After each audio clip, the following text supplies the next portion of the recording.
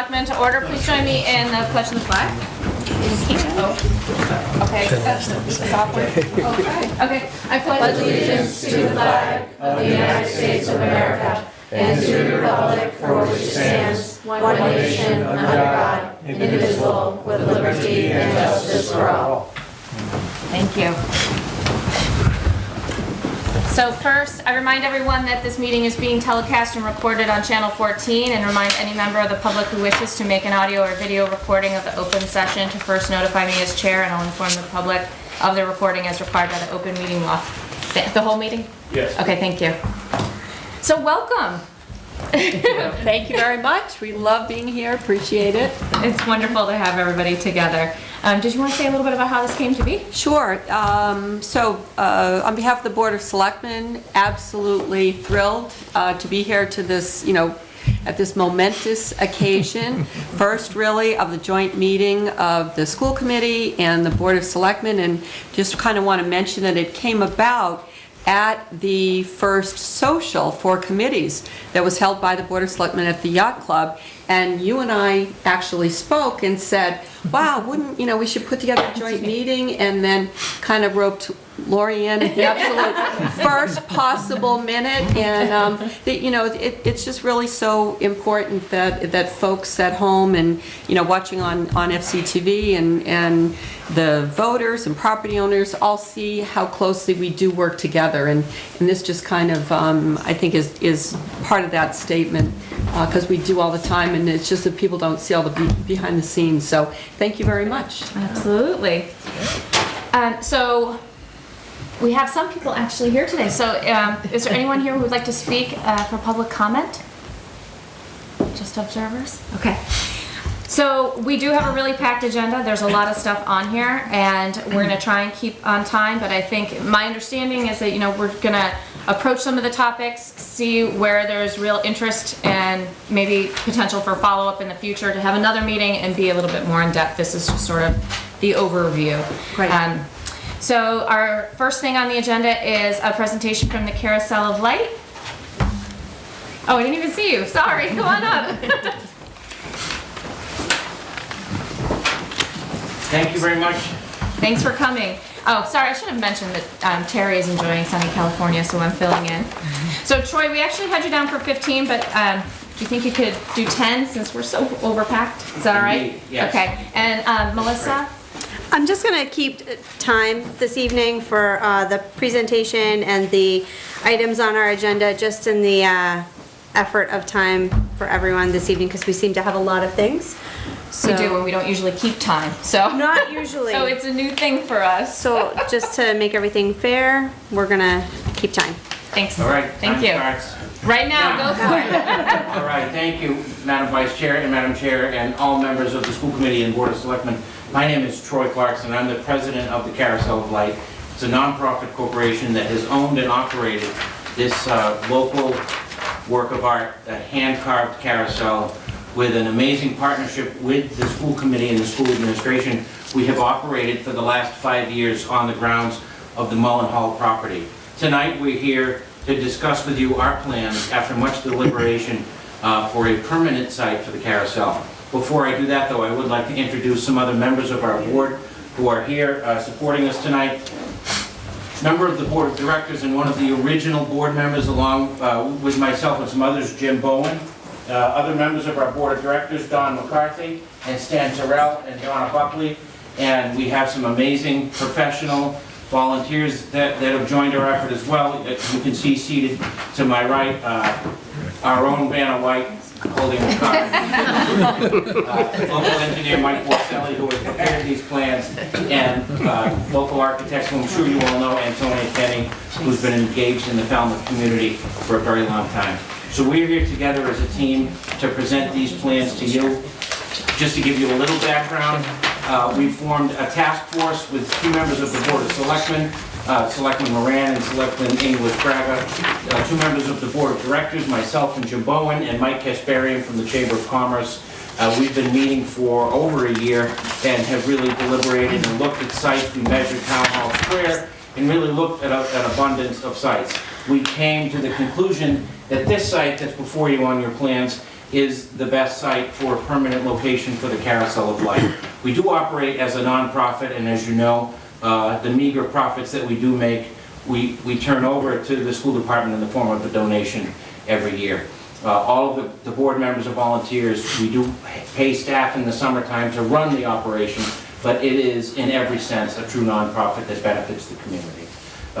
This site that we have chosen is on the same site as it is now, but just to the western edge of that property. So if you picture in your mind's eye, or look at the plan, you can see that we are behind what you would identify as the cupola that used to sit atop the Hall School that was preserved many years ago by the Falmouth Historical Commission and Selectmen Ed Marks. So we have looked and identified a spot behind that site that you can see on this large plan. This is just a blow-up of what you have here, as Mike just pointed out. That circle is actually to scale, and in collaboration with Mike and Antonia, that's the size of a building that we would need on this site. We've chosen this site after much deliberation for lots of reasons. We have operated essentially on that same site for the last 5 years with much success. The school committee, as I mentioned, has supported us. We have seen over 100,000 riders on the carousel in that time. So it's really become a family destination. That site has worked out well in terms of parking and safety and its utilization. So we think we can take advantage of some of those pluses by keeping it on the site. But moving it to the west, to this spot, it will be even less intrusive than it is now, for a couple of reasons. One, it is on the other side of the existing wooden fence that denotes the practical edge of the playground. So there will be no disturbing of any property that's currently in use for any recreational use. This is unused space, but it will complement the adjacent walking path, and will also, we believe, complement the work that's being done by the committee to improve and enhance Shiverick's Pond. And so really, we believe we're already a good member of the community, but now we'll have even more opportunity to collaborate with other organizations on this site. As you can see, we have identified a ticket booth there that gets access from the sidewalk. So again, taking advantage of the same pedestrian safety that we've enjoyed for the last 5 years. We have operated, as you know, on the last 5 years through a license that's issued by the school committee. Because this property, and oh, by the way, we met on site a while ago with our Peter McConerty, who's here this evening. He's not here for this, but I'm sure he can answer any questions if you'd like him to.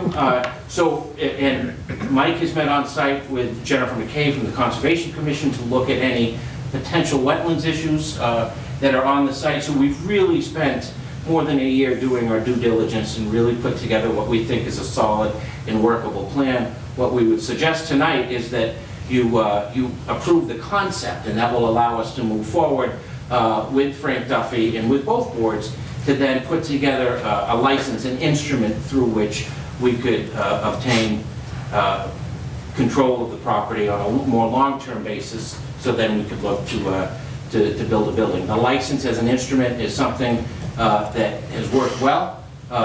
Town council has blessed it. I've been in touch with Frank about this project. He's pledged to work with us. So what we hope to do is gain your support for pursuing the site, and then we'll come back at some future date to hopefully execute a license to operate long-term. I will say that this, we hope, will come to fruition sometime for the summer of 2020, and that we hope to be back before the school committee sometime before the spring to operate on our current site for one more season. So with that, I'm pretty confident and I'm within the 10-minute window. I think so. Now I can take a breath Thank you. and answer any questions that you may Are there questions? Sam? Yes. First of all, what's going to happen to the hall building cupola? Well, you can see it's actually on the plan. Oh. And so we don't plan to disturb that at all. We know it has both historic and sentimental significance. Right. And as someone who considered Eddie Marks as one of my dearest friends, if I ever proposed to move it, he would probably somehow find me. I think you're right. And the second, there's a chain link fence that kind of goes through this area right now, different from the one. Yeah, so that I assume you're going to reroute around the perimeter of your proposed site. So the chain link is on the plan. That chain link fence we would actually propose to remove. And leave the wooden fence that delineates the edge of the playground. Just so you know, I was on the building committee for the Mullen Hall renovation or expansion, and that is part of the security of that campus, so it needs to be part of your plan to make sure that there is a fence around the playground, not just for the playground, but for people coming and going. Something we're happy to work with the superintendent and Other the school questions? committee on. With the carousel being totally enclosed within the building? We hope so. So, once that's a question, I think that we would hope to answer in the future. That Antonia has been working with us, and we've talked about different types of enclosures. What I would anticipate is that there would be language in the license that would provide some guidance to us and some security for the town as to what sort of building it would be. We would anticipate some sort of octagonal enclosure, probably with some glass. You wouldn't have to take it up and down again, that's the whole big thing. And that is probably the major reason for seeking a permanent location. Right. Not only does it cost us around $10,000 a year to take it up and put it down, it creates tremendous wear and tear on a mechanism that dates back to 1947. And what's the semicircle around the building that you have there? That's actually a retaining wall because there is a slope on the hill there. Yeah. Great. Other questions? I actually have one. So I don't know where the school property sort of ends other than at the fence. So is this town property? Where is the delineation of school and Where's the town? property? So I will speculate at an answer, with having had some experience actually in the site back when I was a selectman, but I will certainly defer to Peter. So there was a road in the, Right. I'm sure everyone remembers Hamlin Ave, there was a road there that went through the process to be abandoned and it was rerouted to the east side of the site. Mike has delineated the actual layout of that road on this plan. But I would say it's ambiguous as to whether or not the site that we've chosen is actually on property that's under the control of the selectmen of the school committee. That's precisely why we're here at a joint meeting, and because it's a community asset, what we would suggest is that both the school committee and the selectmen be a party to the license so that the ambiguity of the control of the property would become moot. And if I could just note that it is something that the committee asked town council to sort of weigh in on, spoke with DPW ahead of time, and so that was the recommendation, was it really was something that was kind of in a gray area and why it would be appropriate for this meeting. So some of that background was done, and there just isn't a good definitive answer. That makes sense. Yeah. I still have stuff. Did somebody else have stuff? Nope, just clarified, thanks very much. All right. So what are you asking for from us this evening? So what we would hope for would be a vote from both organizations to support the concept of the location of this site, and then we can proceed both with the superintendent and the town manager and town council to put together some sort of document securing the site that we would come back to you to ask you to execute.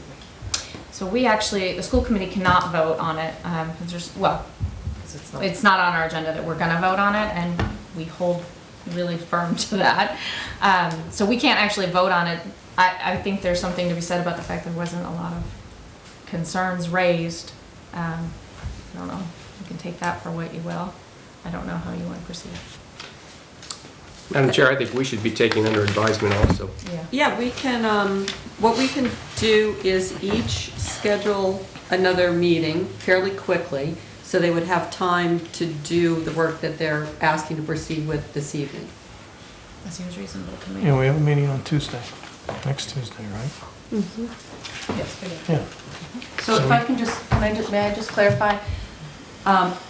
Do you feel that you need a definitive vote from each board in order to proceed? Or is the kind of lack of objection enough information for you to proceed to the next step? We used to call it the sense of the board, and certainly my sense is that there's near unanimous, if not unanimous, support I don't think a vote is a legal requirement, but we certainly wanted to get a sense and really send a message to the community that we're pursuing this as a permanent site, because the community support, while not as important as a vote of these two boards, is of paramount importance to us. Doug? Have you got advice from Frank about building a structure under a license? Do you not need to own the land to build a structure? So we've certainly made it very clear during our discussions that that was our intent, to build a building. I haven't asked that specific question, but all along, it's been the understanding that A, we would pursue a license, and B, we would build a building. Sam?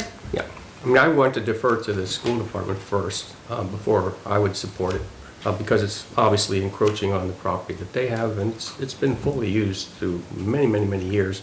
So I would look to them first before we make a decision, my preference.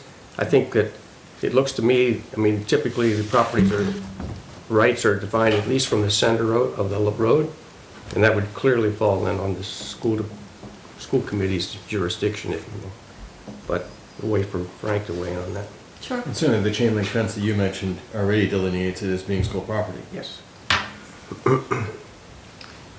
So I think, and I mean, for us, we would need to have that on a future agenda, and I just have a question. License versus lease, I know nothing of building, sort of. So leasing the property is not an option, like a 99-year lease? Can somebody help me with that, who's a builder or someone? I'm not a leaser. It's more of a town council question. Okay. Is that a reasonable question to do like a lease versus a license? Maybe I'm just getting caught up in the logistics of it, of which I clearly don't understand. Well, I think after speaking with town council, they can be prepared to answer that question. I think Okay. it's a good one, and a lot of people would have that question. Okay, thanks. so I don't hear a ton of concerns and objections, but I think once Frank Duffy comes back with more information, then we'll just put it on an agenda. Wonderful. Excellent. Oh, sorry. I also think it'd be worth it to maybe go and look at it, because, I mean, I have it pictured in my head, but I haven't actually looked at it with the view of a carousel going there, so I think Yeah. before I would say okay, I would actually want to go and see it for myself. Is it marked? It's not, but we certainly could flag it. But if I could suggest it, if we're going to be back before the school committee soon anyway for this summer's license, maybe before that you could schedule a site visit prior to the beginning of the meeting. I think everybody would love that, yeah. And we'd be happy to meet you out there and just walk you around. That sounds great. Great Good idea. idea. Great. Great, Could- thank you. Can we make sure you stake out that wall, that retaining wall, so we have some idea of where that's located? Sure. Yeah, and this location is tentative based on your collective input. So this is our suggestion about the best location, but we're certainly flexible. We wanted something definitive to show you tonight so that it was beyond conceptual and actually a plan that you could understand and sink your teeth into. Fair enough. Wonderful. Thank you. Thanks so Thank you all much. very much. Thank you, everyone. Okay, so we're gonna gather information on a number of really large topics, and we're gonna do it really fast. So the first up is the governor's civics initiative. Sonia, do you have information you wanna share? I do.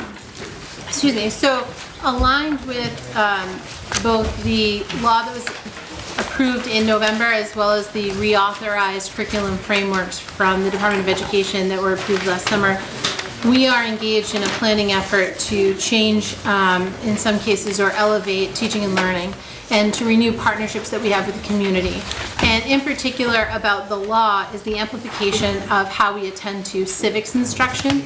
And one of the things that we've worked really hard to call out in the past few years in the district is the way that we've taken the standards for civics and embedded them across subjects and across grade levels. So the pamphlet in which the packet was tucked is just an orientation to our larger civics learning plan, which is available on our website and is a little bit of a heavier read, so I didn't want to put that in the packet in terms of tonight, but if it's something we discuss further, I'd love to share, or you could access it online. But the second piece is just a high-level summary of both the shift in the law and its impact on teaching and learning, which is in your packet. titled History, Social Science, and Civics Education. We do have our social studies department in the audience, Mr. Mike Feeney. He and I have been partnering with both the social studies teachers as well as school administration to make sure that what we do in terms of shifting partnerships and growing them, we do with intention for sustainability and for student engagement. And then also we've met with Mrs. Judy Ziss from the League of Women Voters, and we're going to be engaging with them as a community partner at a presentation later this month. Really calling out in particular at the high school level, not just the voter registration that we do at the conclusion of the 12th grade year as students are preparing to graduate, but also calling out the civics orientation of the senior project that all of our graduating seniors have to do, pitching local solutions to what they identify as community problems ahead of their graduation. And then the introduction in particular is the newest piece for us of a civics project at grade 8, and how we're looking to do that with the situation between Lawrence and its relationship to Main Street. We're looking for a number of other partners with whom we can interact and bring students into the community to talk about local issues and how they're solved on a fairly routine basis, so it's not a one-time field trip that they are forced to recall, but there's a continued interaction across the year to really make sure that what they bring with them for understandings into their high school experience and then later into the workforce or college experience is really strongly grounded. So that was the information I wanted to call out and share, and I'm happy to answer any questions you may have around that. If I might, so it strikes me that the Board of Selectmen and very local government is kind of the perfect testing spot for kids to put their toe in the water in terms of what does government do, how do you affect change, how do you build a coalition, how do you run for office, how do you become engaged, particularly in Falmouth where there's such strong reliance upon committees and various levels of interest and to kind of match that up. And so I think this is the perfect opportunity to see where the Board of Selectmen might offer kind of a nexus to your plan. And we would appreciate that because the project can be built individually or collaboratively, and the model we're looking at is collaborative and developing some student interests. Again, across the years, they're introduced to not only topics within the social studies and history framework, but also across all of their subjects. So that might be something that as students come together in their groups and gravitate towards a topic, we could have a ready match for that conversation. Great. Thank you. Sam? I might mention I've been teaching local government to Cub Scouts for about 5 years, and I have an outline of the governance structure of the town, particularly from the perspective of the selectmen, that I've used in some photographs to kind of make it a little bit more interesting, but I'm happy to share it with you. Thank you. Appreciate Megan? it. It's shallow though, I'm sorry. Well, it's not shallow. They're Cub Age Scouts. appropriate. Correct. And tailorable. Megan? One thing I know that we used to do, you know, there used to be, I just know because I think I did it when I was in high school, but there were liaisons, sort of student liaisons to different committees in town. And, you know, the student would sort of be responsible, and this is a little bit more individualized and probably for kind of higher, maybe sort of the 11th, 12th grade, maybe a 12th grade kind of project. But they did have spots on the committees for a student liaison, and I think it was really, I think I was a liaison to the AIDS Action Committee actually that met in here with Rabbi Lieberman all those years ago, but it was really powerful to have a young person sort of be able to have a voice and then bring some of those concerns and interests back to the school, and it was, I think it was very empowering for students, and also I think really helpful for committees to hear you know, from a part of the community that they don't often hear from. And I know that, I mean, all of our committees are incredibly dedicated and probably would be thrilled to have students participate in some shape or form, you know, throughout the year, so. Love that, because we do have a student advisory that comes to our meetings, although intermittently. But if there were more positions, there might be more students, and then it would be something they could do, you know, they could prepare for as a group, and they wouldn't be feeling like they were flying solo. Thank you. Evan. Yeah, I was going to actually add on to the idea of the student liaison, and I've been on different boards who have had that and have had struggled with some of the participation issues. And one of the things that we had talked about to improve that is to actually form mentorships so that there is somebody from that board who sits down with that student outside of it and can talk a little bit more about the types of information we're looking for and how they can gather that and how they can participate more fully in that board. The other thing that I wanted to talk about was a program that is happening at Tufts University, the Circle program that is looking at youth civic and political engagement. And one of the things that they look at in particular, because we talked a little bit about the voter registration, is that there are many misconceptions for why those students then do not go on to actually vote, even if they are registered. And so if we could look at doing something to deal with those misconceptions, they know that they're registered, but they don't know what they do when they get there. They don't know what to bring. They don't know what might prevent them from voting. So I think anything we can do to encourage youth voting is important as well. And so, and we have somebody, such a good local resource that we can tap into. Hi. So my last year of high school, I actually attended Olive Range High School in Easton, and I was interested to find out that they have a thing called the Hockomock Senate up there, and each school has their own little delegation, and each person on the debate team will sponsor a bill. So my bill was going to be to break up AT&T. They said, "Oh, you're crazy, that'll never happen." But we went and traveled to other schools and debated against them and debated our bill and tried to get our bill passed. And it was really interesting to really simulate actual government. So that was interesting. That's cool. We got a list already. Yeah. So great opportunity. Any last thoughts on civics? Exciting. Yeah. It is. All right. That was great. Oh, that's such a great start. That was our first thing. Okay. Next up is school building space.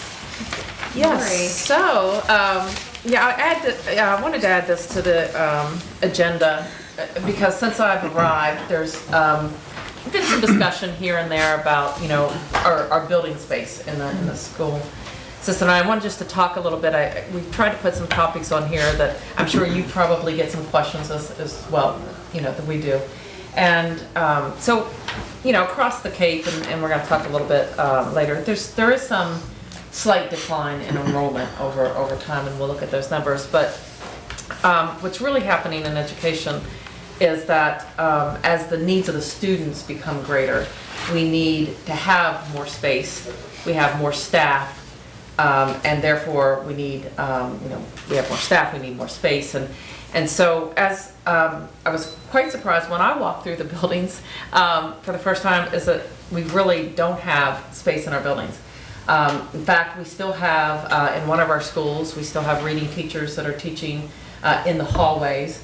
We have counselors that we've cleaned out closets, and unfortunately is where, so we are taking every little bit of space in our building. And so I guess I just felt like I wanted to, kind of all understand that the space for our buildings, twofold. One, that especially at our elementary schools are, really tight, but it's because of the type of programs, interventions, and stuff that, that we're offering for our students. But even at the high school, allowing for multiple program opportunities for students, right?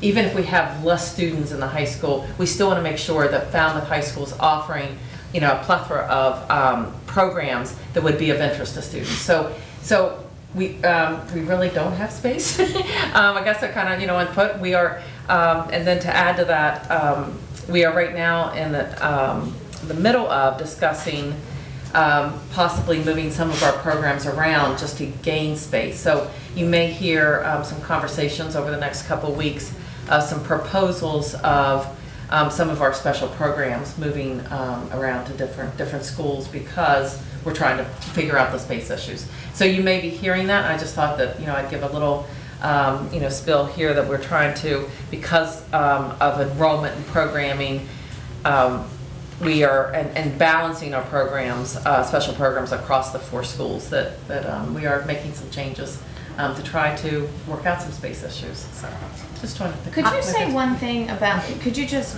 like we hear about it all the time, but about why students with different needs than traditionally maybe in the past need more teachers and how that results in more space. Do you know what I mean? Like, Right, so. what actually happens that causes that? So when we build our special programs, and we're going to have a little presentation, a little bit about some of the special programs. Twofold, we're actually doing a better job with our students that we have. So you're going to hear that we have less students going out of district for placement.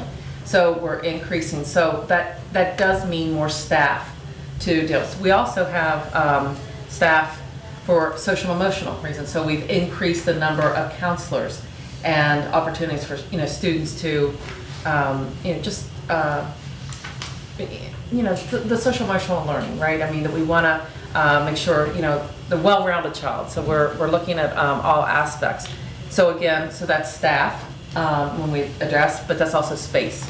So additional classrooms because we have interventions, we have special programs, and so that kind of takes some time. Did I answer that? Yeah, we just hear about it all the time. Yeah. We do too, and that, I think that is so telling that you just, on your agenda for the first joint meeting, you just picked the Mythbusters.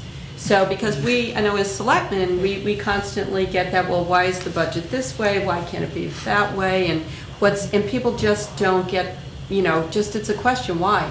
So you just answered the why. So just made all of our jobs easier on that end. We like the why here. Thank you for saying that. Appreciate it, Sam. Yeah, I tutor in the elementary schools. Last year was in Morse Pond, this year in Mullen Hall. Right now I have 5 third graders that I'm doing math enrichment with.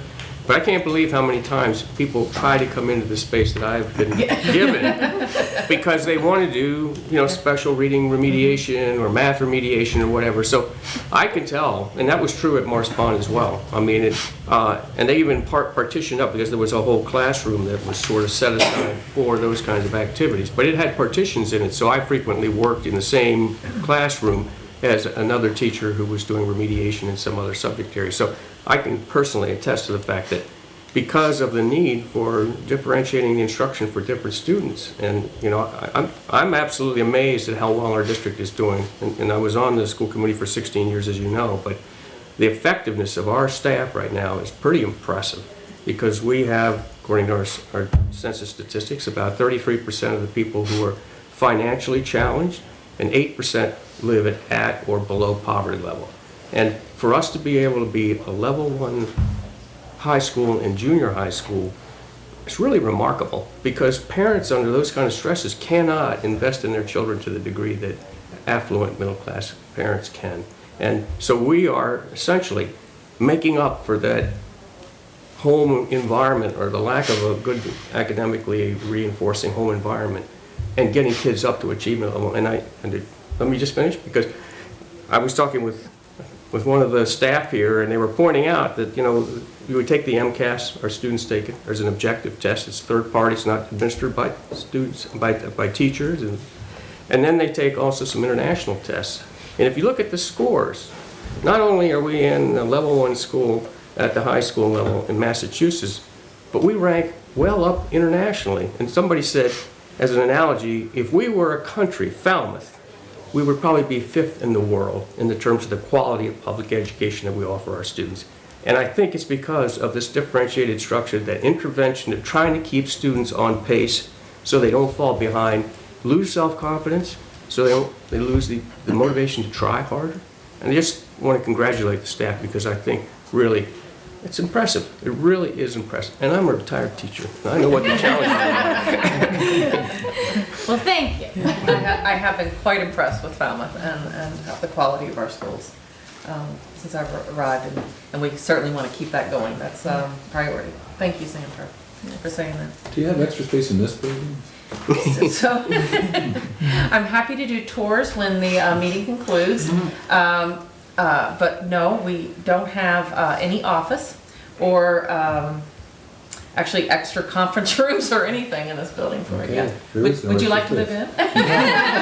Just curious. We have we squeezed in a desk for our officer. I was getting ready to say. So our partnership with the Falmouth Police Department, we actually have 3 sites where we've given them a space where they can come in and be able to do the write-ups or their paperwork or, that type of thing. And there is a very small office downstairs, and I'm happy to show that to you, where we are trying to actually add another site at Morris Pond, and right now all we can find is a corner in a hallway. But we're working on it, so we would love to have that. It's great visibility for our police officers to be in our buildings, and the students, they really talk to the students, and it's just a very congenial type of, and we want the students to see the police in that light. And so when they come into the building, so we like that part. But you have to steal it. Well, Yeah, there's not that room laying around. Is that right? But, we'll work it out. Any last thoughts on space? Next we have our field project update. Yay. Patrick. Sure, so this isn't new news for anybody.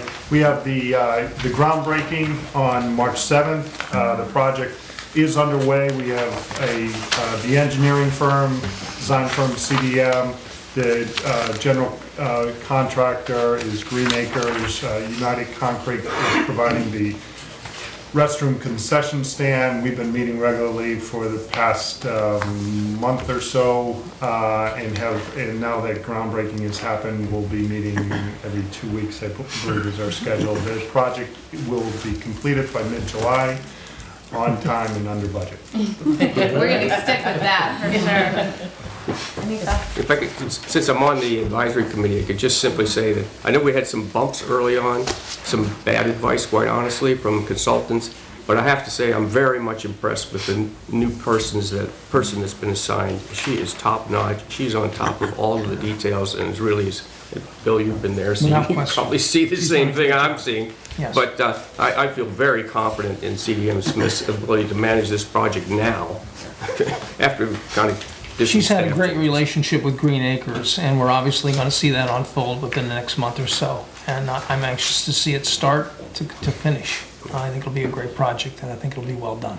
Apparently she was involved in the Hurricane Harvey remediation down in the south and wasn't available when this project kind of got started, but is now. We're very fortunate. Great. Any other thoughts on questions on field? Since we have Patrick at the table. And Bill? Looking forward to the groundbreaking. Very much so. It's the day after tomorrow. Yes. Yes, it is. I hope it's gonna be nice. And so the plan is that the entire football program will be at high school for this upcoming season. Absolutely, yes. Our timeline is to finish mid-July. You gonna borrow those chrome shovels from the building committee from the senior center? Actually, an idea. Actually, we're not buying. Actually, on Thursday, we may need a jackhammer. That'd be pretty cool. We'll have to Someone check it. better go out and loosen the soil. So it looks like we're stronger than we are. All right, so moving on to our discussion on joint strategy. The first topic was health-related concerns, and Lori, did you want to? Yeah, I kind of did the topic around discussion and joint strategy because we were hoping that these were, whether we really get into that joint strategy tonight or not, but maybe for future opportunities, we thought that this is something we could partner on because I don't think that there are just issues just for the school department, but really for the town in general. So we thought, but we were going to start first to talk about some efforts that we're making around our vaping concerns. When I did my listening and learning tour, it came up several times and parents really asked for us to help them. And so I'm going to turn things over to Joan, and she's going to share a little bit about what we've been doing. Hello again. So the school district, we've joined forces with many of the community agencies to address the ever-growing community concern of vaping and the use of e-cigarettes that really has led to a nicotine addiction among many of our youth. So per the Barnstable County Department of Health and Environment, the U.S. Surgeon General has issued an advisory describing that the use of e-cigarettes by youth has hit the level of being an epidemic. And in that advisory, they said in 2018, more than 3.6 million youth in the United States, including 1 in 5 high school students and 1 in 20 middle school students, are currently using e-cigarette type devices. We here in the school, we're currently seeing an increase in vaping and e-cigarette usage in our schools, especially at our high school. In speaking with Principal Gans, it's evidenced through some of the behaviors and activities in the bathroom and discipline referrals. And also school nurses in the areas are reporting that students as young as 5th grade are coming into the nurse's office with the reports of being sick from the effects of nicotine in their systems. We've also noticed that the tobacco industry, along with other marketing and sales companies, are really targeting our youth and providing access to nicotine-related products faster than we can keep up. There's now toothpicks that are nicotine toothpicks. There's some very innocuous-looking things. There's, backpacks, the hooded sweatshirts with the strings, actually where it looks like someone might just have their string in their mouth. Those are actually access to vaping and the e-cigarette products. So we're working very diligently on tackling that. Thus far this year, we've had 3 meetings to address the concerns and really identify some very targeted action steps that we can take with our community partners. We're fortunate that it is a strong partnership. We are partnering with the Falmouth Police Department, the Cape Cod Regional Tobacco Control Program, Dr. Jeff Spillane from Cape Cod Health, Gosnell, the Barnstable County Human Service Substance Use Prevention, Falmouth Human Services, the Mashpee Public Schools, Seven Hills Tobacco Free Community Partnership, the the Community Health Center of Cape Cod, Cape Coalition, and the Falmouth Board of Health. Some other efforts that we're taking, our Director of Physical Education, Health and Wellness is looking into some of the revisions to our curriculum in grades 7 through 12. Adding some curriculum into the health classes at grades 5 and 6, and exploring curriculum options for kindergarten through 4th grade as age appropriate. Our director's also working on incorporating elements of the Catch My Breath curriculum into some of the elements into the lessons at the Falmouth High School.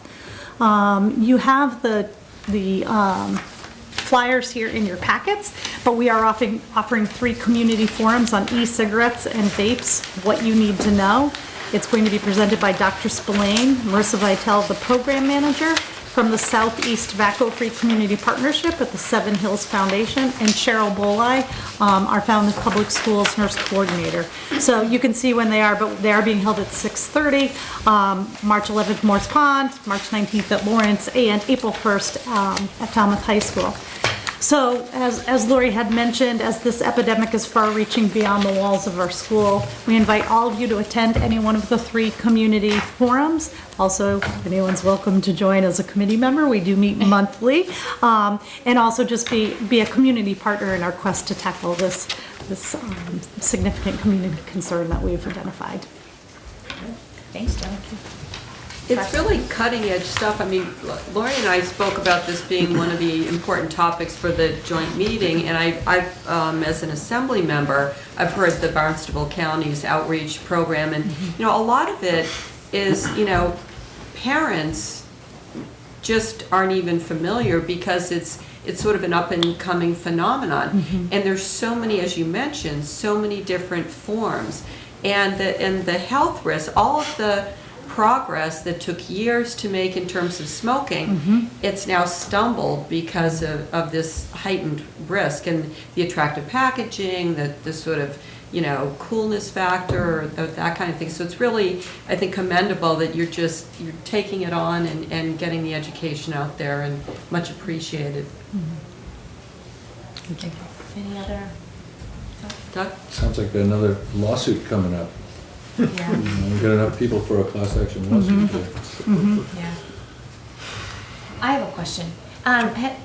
In starting this research, have you heard anything about the equivalent of the Hidden in Plain site for this? Because like you said, the sweatshirts and the toothpicks and, none of that existed when I was a teenager, so I don't know what that is, and I don't know what I'm looking for. Well, it's interesting, even from the from our first meeting until our last meeting, some of the products, there's many of the people that are doing this work are seeing, and again, like I said, they're targeting the youth, the marketing, what is available that can be bought online, what is regulated, what is not regulated, the purchases of online. It's coming at us, it's coming at the children fast and furiously. So there is work on that. I think that in plain sight, if everyone's aware that our Falmouth Police Department has put energies into having in plain sight, which is, it's a trailer and it's open to parents to be able to go in and really identify where some of this, as well as drug paraphernalia, is right out in front, the children are using in their bedrooms within the house. But as adults, we would have no idea where those hiding places are. So this is kind of coming up. We don't have longitudinal studies on this, but in regards to the health concern and the popcorn lung and the impact that it has, I think it's also, we're really looking to target to make sure that there's awareness. I think people and parents feel as though it's not smoking, or it's not the equivalent of doing some of the drugs, but what it is doing, the amount of nicotine that is in one of the little pods, if you will, is significantly higher than that of what's in cigarettes. So it really is about awareness and adding that in. But I do see that's coming. There are many people that are trying to tackle this this concern, as well as increasing the awareness for the adults, for parents and adults in the community. So at many of our school events, as soon as the Falmouth Police Department trailer in plain sight is ready, we have a list of events that they're going to be available at the sites, and they won't be available for the first session here with the vaping, but hopefully catching up with the next two. But as soon as they're ready, they are ready to partner up at our sessions. Sorry. One of the complications, especially with the e-cigarettes, is that when used by adults who are trying to stop smoking, they can be an intermediary step to that. But when we hear about some of these other devices that can be purchased, it makes me that's not an adult who is using that to stop smoking by wearing a hoodie with a device embedded. So I'm wondering if there's a place for us to be advocates or to work with our representatives at the state level to stop those devices from being able to be marketed and sold, because they obviously are only going, for one reason, and that would tease that away from the idea that there are adults out there who want to use this for a good reason, because that's what you always hear, is that's why they need to be still available. Yeah. Just sort of along those lines, just that education piece and advocacy piece with, I know a lot of these things are purchased on the internet, but we also have lots of local vendors, and so just doing some education for parents and maybe outreach to some of those vendors, because that's sort of the low-hanging fruit for some kids. To buy online, you do need some kind of credit card. Not every kid has access to that. And then just some education around where children are buying online, because I think a lot of parents aren't aware. You just think that there are restrictions around items that are age appropriate, and I think this is a place where there's probably more legislation coming if there's appropriate advocacy, because it is somewhat of an ambiguous, it's just an industry that hasn't been regulated appropriately yet, probably. So I think, we as a community have some outreach that we can probably do, both to vendors in our community as well as to our representatives, to think about how we kind of take that next level, where students and young people are able to access these items. Sam? Yeah, our Board of Health has been very concerned about these kinds of products that can be accessed in convenience stores and that sort of thing. Like Spice was one of the things that they offered an article before town meeting about 3 years ago. So I hope you've been consulting with them, because I know they are very much interested. It truly is a public health issue. Yes, they're on the committee. The representative from the Board of Health is on the committee. Do we know if they're thinking about taking this on like they did with the, whatever that stuff was called that they tried? Sorry, You I'm don't not a know? liaison to that Yeah. committee, I only see them occasionally. That has not been Not mentioned yet. during our committee work, but, I was just curious. I agree with the idea, though, of petitioning our legislators to take some kind of action governmentally, because it's way bigger than what we can handle locally. We can't ban anything really effectively. When we can go and ask a couple of shops to maybe be more careful, but these products really, they're just targeting kids, and I think it would be good legislation to try to remove these products from the pipeline. that would definitely be a, you know, a positive joint strategy. Mhm. It really would. Yeah, Yes. yeah, Right, it that would. we might be able to make a difference. And Mhm. contacting the Come Attorney together. General. Yeah. Right. Yeah. Yeah, I mean, to start with, they should be regulated, and I don't think they are currently. So there really isn't any law enforcement available. I guess we can't really vote that tonight. We can work on it. Yeah, we can work on the strategy. Yeah, that's a great idea. I like that. Any last thoughts on vaping? Good presentation. Thanks, Joan. Thank you very much. Yeah, anti-vaping. That's what we should say. It's not just tobacco either. No, Correct. It's not. Correct. Definitely not. And tobacco, excuse me, alcohol is still the #1 addictive substance. Well, I mean, with the vaping, you Right. put There's- marijuana in There's, those there's things multiple too, Oh, yeah. substances and you that are. can't tell. Right. And then the popcorn lung doesn't require marijuana or nicotine. It's just, even the flavorings do that. Yeah. Melissa? The fact that the element that burns the pod, if you will, is what's creating the popcorn lung, and we're really not even going to see the true effects of it until like 15, 20 years from now. And I would That's also like to make a plug to the American Heart Association that you should never vape to quit cigarettes. You might want to try gum or a patch. Cardiac nurse in me, but you know. Moving on. Next up, renewable energy. I think you just had something quick to say on that. So we've just been having conversations as we've grown our environmental science and our AP environmental science, and that if there are opportunities within the town, we'd love to be able to connect some of those opportunities to our learning experiences for our students in the curriculum. Immediately, the high school and the STEM lab and some of the opportunities that we have there come to mind, but I think as we really look at our science standards and what they're demanding of our students in the earlier grades, as those opportunities are considered across the town, we'd like to be able to interact and either bring students to site or the experts working with you in to talk to our students. So a couple of things on that. Megan Amsler, who chairs I forget the executive, energy committee still, really is a tremendous resource. And as Megan was mentioning earlier, interacting, students with committees, that's one source in terms of maybe working, between the schools and the town, but also the EDIC, the Economic Development Committee in town. I'm the vice chair, and we talk a lot about, sustainable Falmouth, having, opportunities to create jobs here so that kids maybe want to come home to where their families are and work. Things like driverless cars, things like electric buses. I've been speaking, for a while with the Steamship Authority. Those are things that I think to get the students' viewpoint. First of all, AP classes, and they have the current information. And so I think even, they'd have a tremendous amount to contribute and really feel like part of the team. So I think that's another thing. We can use this as a springboard and move forward on that. Thank you.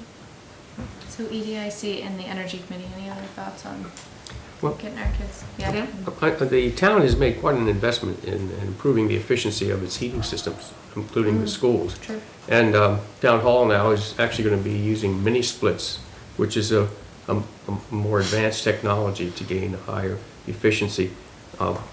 Anyway, but the town itself is doing some of these projects, and I think the Energy Committee could probably let the students know just what kinds of investments we're making. That's great. Are you considering putting like solar panels on your buildings and on the parking lots, or are you just starting to think about it? Or? So 5 years ago, when showed up to Falmouth, there was a little bit of urgency around these kind of topics, trying to identify some projects. There was some discussion about maybe slowing down on those plans until some of the wind turbine decisions got made, but it does feel like some of those decisions have moved forward, and we can begin to work with the town committees, EDIC and the Energy Committee, to try to identify projects that would be good targets.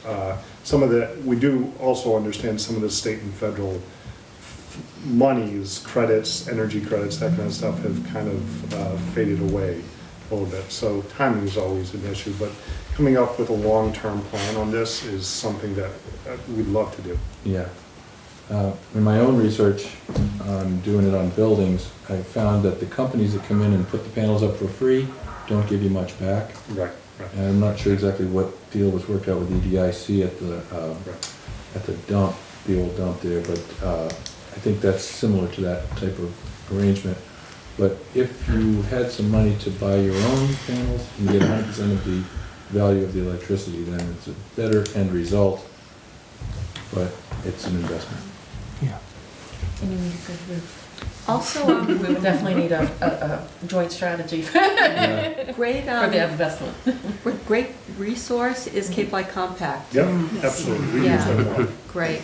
But And Megan? I was just gonna say, along those lines for students as well, I mean, this is sort of, you have renewable energy strategy, but we're kind of talking about it from two ends, right? So kind of from a facilities, but also from an education kind of curriculum point. And that's a great organization to have. I mean, students can really see firsthand, if you had students that were somehow, they can go for some of those energy audits and see what, we have a lot on the ground, including the EDIC project with the solar panels. I mean, there's a lot of things that students could kind of see, kind of be hands-on, and really, something that's not just an academic exercise, but really experiential. We have a lot of that already in our community, and some of those projects, like the ESCO projects that are still ongoing, students could sort of see that process. So I think there's opportunities for that wouldn't probably take too much time to flesh out.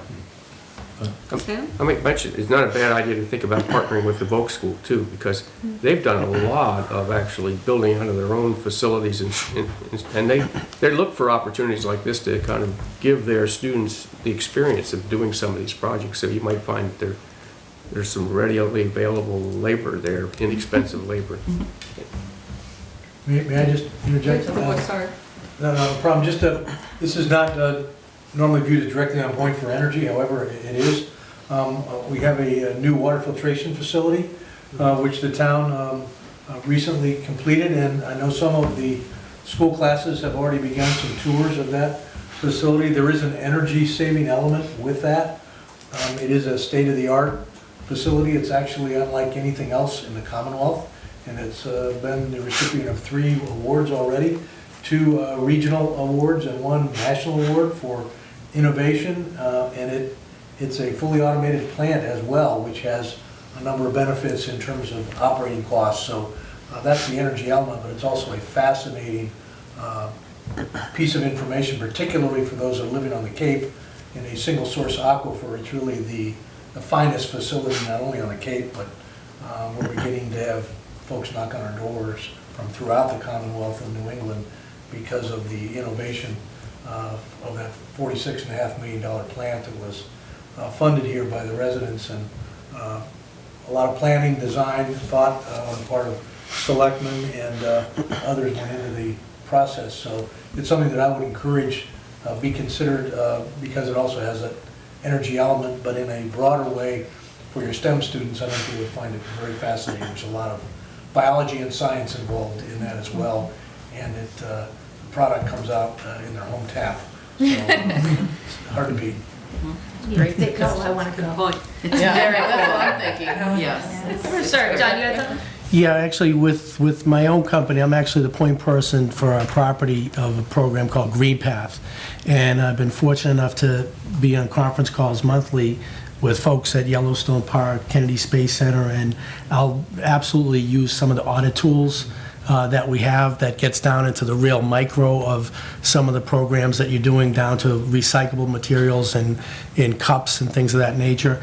And I think what we might find is we're probably doing a lot of things already. And I think within the course of that, like what Julian just said, kind of doing an audit of where we are now, it kind of just says, well, wait a minute, look where we're already at. And then you have sort of the more, lofty goals, if you will, that might be a little more infrastructure, a little more costly. And then striking the balance, too, of what you can move forward on, and then you still be able to function as well, and what's cost effective. So I just thought I'd share that. I'll be happy to share those tools, too. Done. So I'm sure you know that the community college has a big renewable energy program. And then also Webner hosts workshops in Warquoit there at the Warquoit Marine Center. I actually attended one of those where we actually put some panels up, and I don't know how many they're doing or what their current schedule is, but you might check with them and see if they're willing to host a workshop for kids that might be interested. They would actually install the panels, see them work. I want to do that too. Move over, kids. You're You gotta share. All the adults are They want field trips. They're gonna need a chaperone. Oh, great Lots suggestions. on renewable. No, I don't even know. Just- Well, I what's it? don't think Renewable there's- energy. I don't think there's any replacement, though, for actually doing it yourself and then letting the kids actually see it happen, because then maybe you could take them down to show them where the panel is, and they can monitor how much production there is. So I think that would be the best. Great. All right, walk and bike to school. Andrea, were you gonna? Yep, I can do this one. So this item came to the agenda via our policy subcommittee. And that subcommittee is doing a comprehensive policy review this year. That means going through every single policy with the assistance of our Massachusetts Association of School Committee field director. And what the field director is able to do is to match our policies with their model policies, and which are continually updated with current laws, and we can compare the wording, we can make sure that things are right for Falmouth.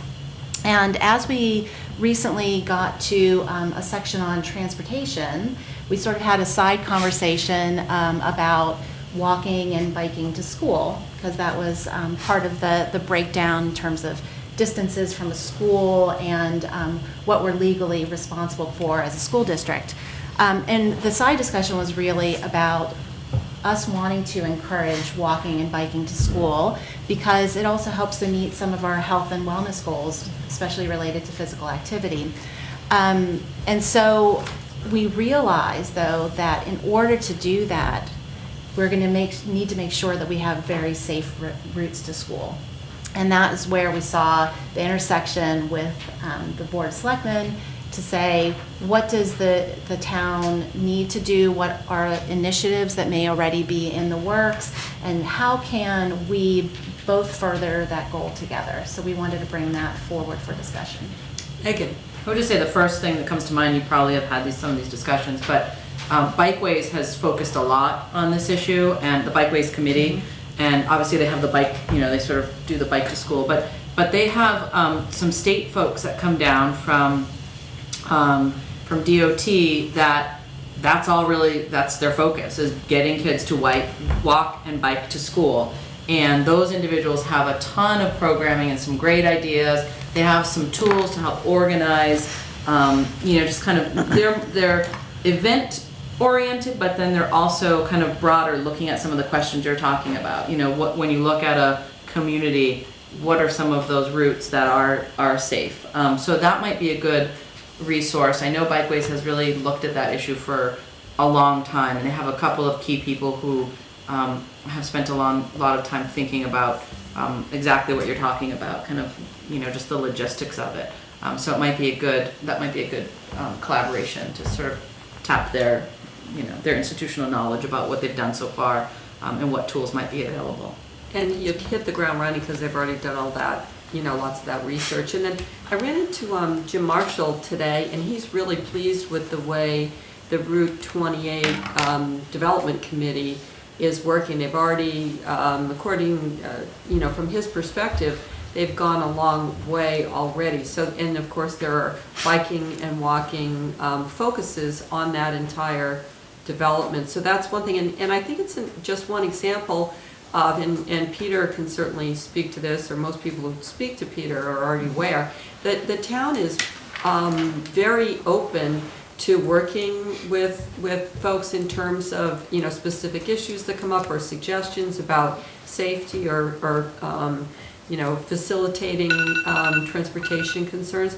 And then this is, it's a bit askew, but I just want to mention, and Sam could probably speak to this too, but the Cape Cod RTA is really reaching out to schools, and in fact, they have a Jeopardy game where they teach kids about public transportation. So in terms of, you know, the carbon footprint and really, you know, Falmouth getting more and more developed with these, you know, and Julian will speak to that. We have, you know, these narrow roads that used to hold narrow cars and far less people. So one of the things to plug into those solutions would be public transportation. It's not necessarily something kids get a lot of experience with unless you grow up in more of a city atmosphere. So the Cape Cod RTA has staff folks, really, they've done it with Barnstable, and they have a program that's kind of plug and play. They're ready to bring to Falmouth, so I just kind of want to mention that. I'm sure Sam has heard a lot about it. It's a lot of fun. Other thoughts on? Jeopardy, that's a funny name for it. It is. Yeah, it's doesn't. fun. It's You're in not Jeopardy really. when you're on I know. That's a little You'd think they would have little thought game that through. kind of. Any last thoughts on biking and walking? We need more of it. Yeah, we do need more of it. Okay, budget discussion.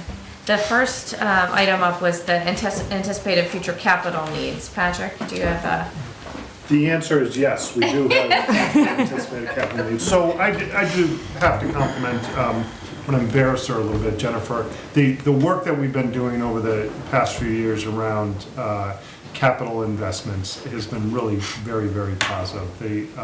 There was no capital plan for the school department for a number of years.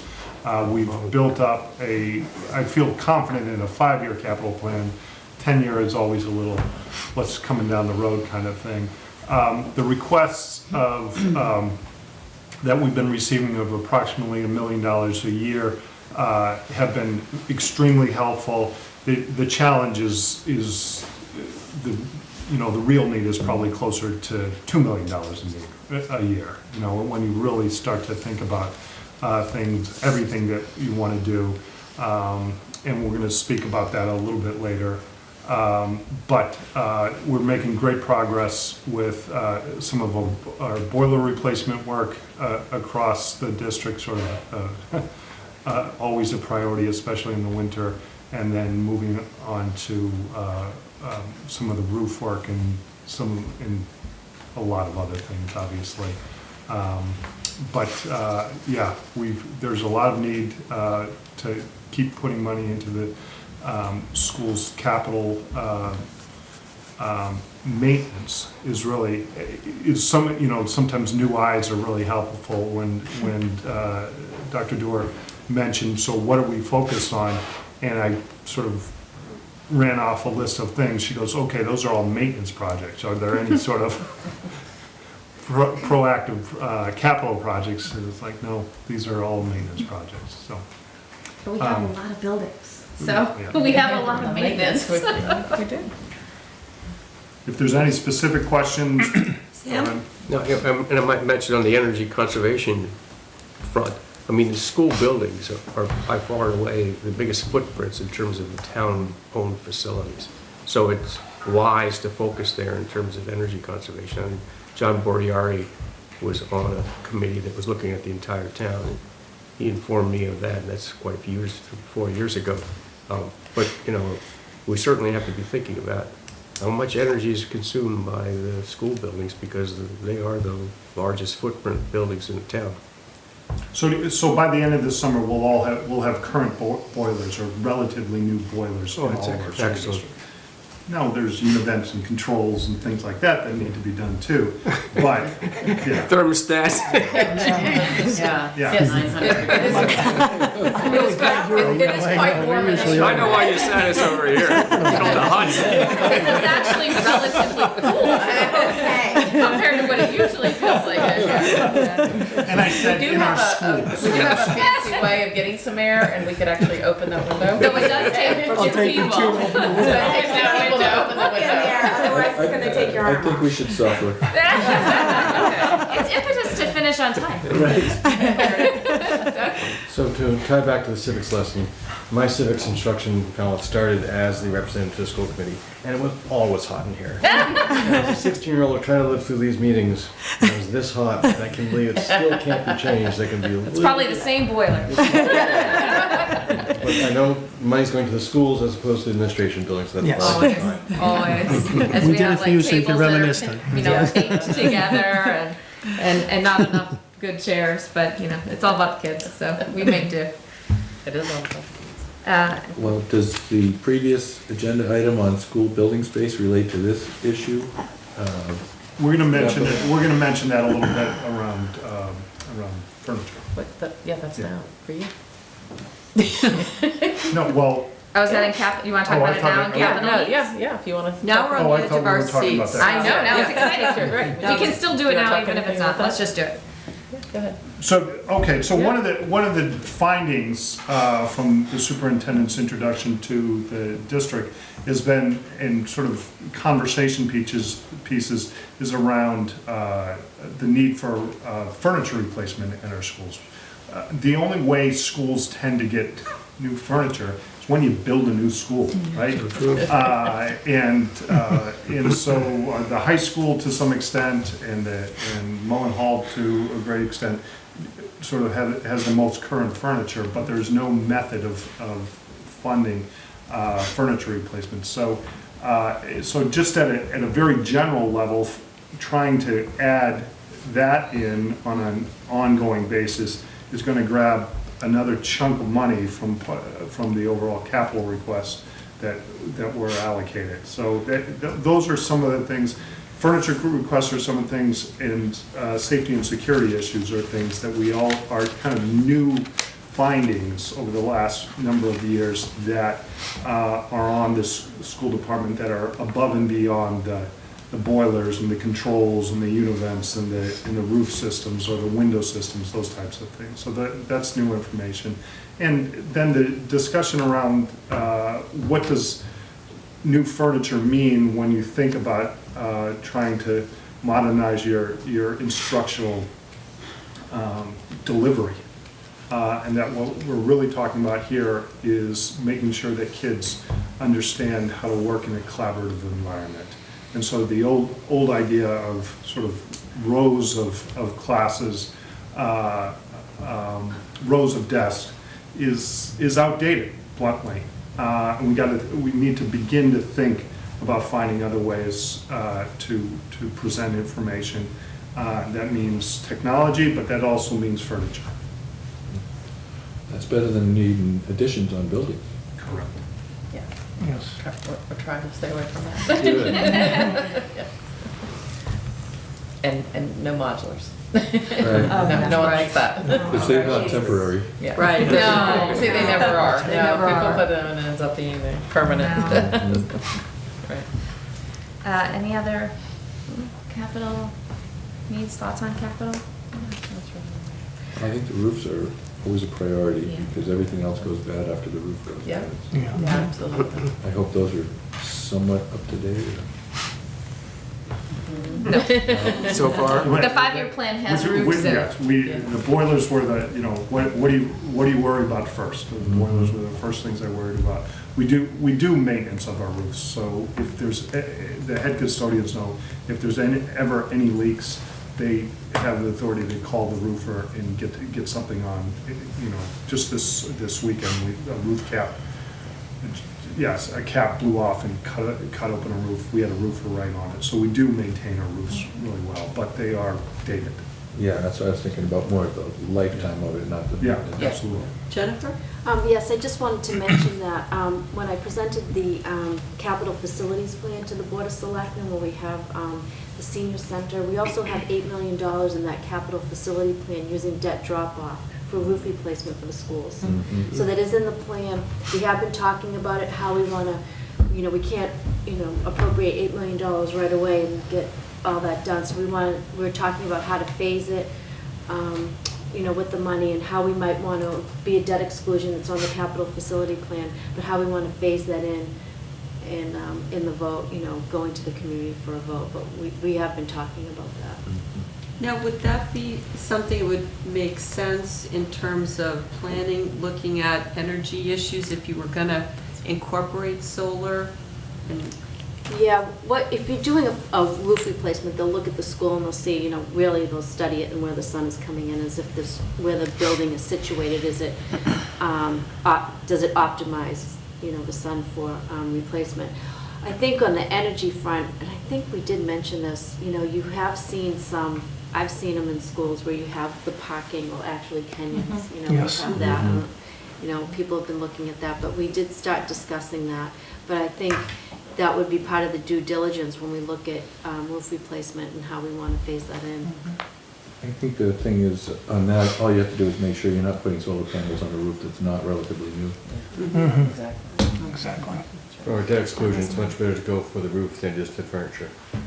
The Yeah. town meeting in town is less likely to be enthusiastic about furniture than they are about maintaining and replacing roofs. Understood. And one thing I do want to mention here, since we're together and we talk about how to phase this, one of the things that we discuss is that when we do go to the community for a debt exclusion, we have an estimated number, about $8 million. Is that something that we go in, with one debt exclusion vote, knowing that we're going to phase it in and we're not going to be spending that right away? Because once we have an authorization to borrow, it's really up to us of when we are going to borrow and when we are going to spend that money. So you have more control on how you can do that within the debt drop-off without really, spiking that tax levy. And so part of how we want to do that is talking about strategy when we do that. And we will be coming before you with a recommendation. And communication is huge on that, because there's two pieces to it. One is 8 million, and that has a bit of a shock factor. But when you put it together with the explanation and the sense it makes and the savings in terms of borrowing options, that's what's key. And I think we can all participate in that message as we go to the precinct meetings and just talk with folks after the recommendation comes forward. Andrea, did you have It was answered. Oh, thank you. Great. Any last thoughts on that? Okay. Next we have chapter 70 funding information. Bill, you wanna? Thanks. I'm going to start out with a quote. I want you to think about this. It's from an old friend of mine, John Adams. It goes back a few years. The whole people must take upon themselves the education of the whole people and be willing to bear the expense of it. Chapter 70 essentially is a major program for state aid to local schools, to public schools. In Falmouth, to me, it's more of a school-local community relationship, and there's a part-state relationship. And obviously, we'd like to get legislators involved more often to expand upon education and give more dollars to education. And sometimes that formula, in areas that there is a degree of wealth, you may consider that being shortchanging of your students. But from my perspective of being a washed ashore and an educator in Pennsylvania who's worked with budgets, I am impressed with the coordination between the community, FinCom, as well as the school budget community, and working together to draft a budget on a yearly basis, a reasonable budget within a yearly basis. When I look at the dollars and cents from the state, which I went back to '93 where they started this organization of how we're going to get monies to educations, to free and appropriate education, the old FAPE rule. And in looking at that, you would think they would progress from there, because Massachusetts is really a highly educated state, without question. One of the leaders in education, one of the top 10 in funding. So those are very positives. But when I think about dollars and cents, from a community that's supporting us and looking at about $49 million to run a school operation, and realizing that the state gives us $6.2 million, I scratch my head and say, we got a long way to go, and can we get there? So from '93, there was a reconsideration of dollars and cents in '06. There was a reconsideration of dollars and cents in '15. Now there's a reconsideration of dollars again now, starting basically in FY20, and basically a 7-year projection plan as to how we're going to do all this. And obviously this next year, our students in Falmouth will each student essentially monetarily we will receive a $20 increment on each student that we have in Falmouth. That's the minimum of what the state is doing this year. In going to the legislative program a few weeks ago at the Collaborative, maybe a month ago, the legislators indicated that there were schools in the Cape getting $20 and then per student, and there's places on the Cape getting $150 per student. And I scratched my head and say, I wish somebody would explain that to me, because I'm sure it's something about low economics, I'm sure it's about special needs, I'm sure it's about English secondary language, or whatever you want, ELL kids. So when I incorporate all that thing and say, we need a Chapter 70 funding proposal, well, in the next year they're going to look at special ed. The following year they're going to look at ELL. The following year they're going to look in the 6-year, 7-year plan, to a point where they're going to look at innovative and possibly early college credits. I think that early college credits with community college could be probably done already. So when I look at proposals, just because it's, to me, more local school community related, we obviously need to get the state more involved. I think the state is stepping up. I think they realize that they're behind. I think they're making progress, but is progress going to be enough to sustain everything? Fortunately, the community of Falmouth has been outstanding to work with, believe me. I've worked on budgets in Pennsylvania. This has been outstanding, the communications between the school district and the town, and I thank everybody for that. But that's kind of 70. Monies will get better, but I think the educational needs continually outweigh the dollars and cents. We seem to play catch up all the time with dollars and cents. Just in health, vaping. We educate the masses because we are public education. You come to our door, we let you in. And that's important. But with the range of A to Z, when we have educational differences and differentiated instruction for a multitude of kids, dollars and cents becomes really critical. So my suggestion would be is, man, if you know legislators, keep patting them on the back and say, please push education, please push education. I'm sure they have 1,000 things to push. But obviously we have to be proponents of education. We have to move education in the right fashion, and we have to promote our greatest resource. And our greatest resource now are our kids. Thank you. Any questions? Thank you. No, I was just going to say, it's well said, and I think the thing is that this year in particular, as Bill's pointing out, it's really timely, and I think, the governor is going to be looking and hearing the loudest voices, and I do think we need to use our representatives to really advocate, for our concerns, because this is the moment, I think, whomever is in the governor's ear, as this is kind of being tweaked and looked at, this is a moment for that to happen. So, I think that it's a perfect opportunity for these two boards to really think about sending a kind of consolidated, clear message through our representatives to the governor, to really make sure that we're being heard about exactly all these issues that you're raising. So, I think it's probably somewhat timely because decisions are already being made, but there's a window for that to, for there to be some input. And I do think, our representatives will do that, but we're the ones who should be crafting the message, and for it to be really clear what we want them to deliver, I think is something that both of these boards should be doing.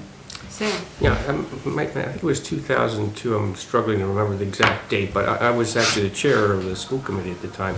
And we put a delegation together from the town, including both the town side and representatives. I happen to be the representative for the school committee, and we sent the superintendent, town manager, and we got together with our representatives, and we actually arranged to have an audience with newly elected President of the Senate, Therese Murray, and got a chance to see her amazing office suite.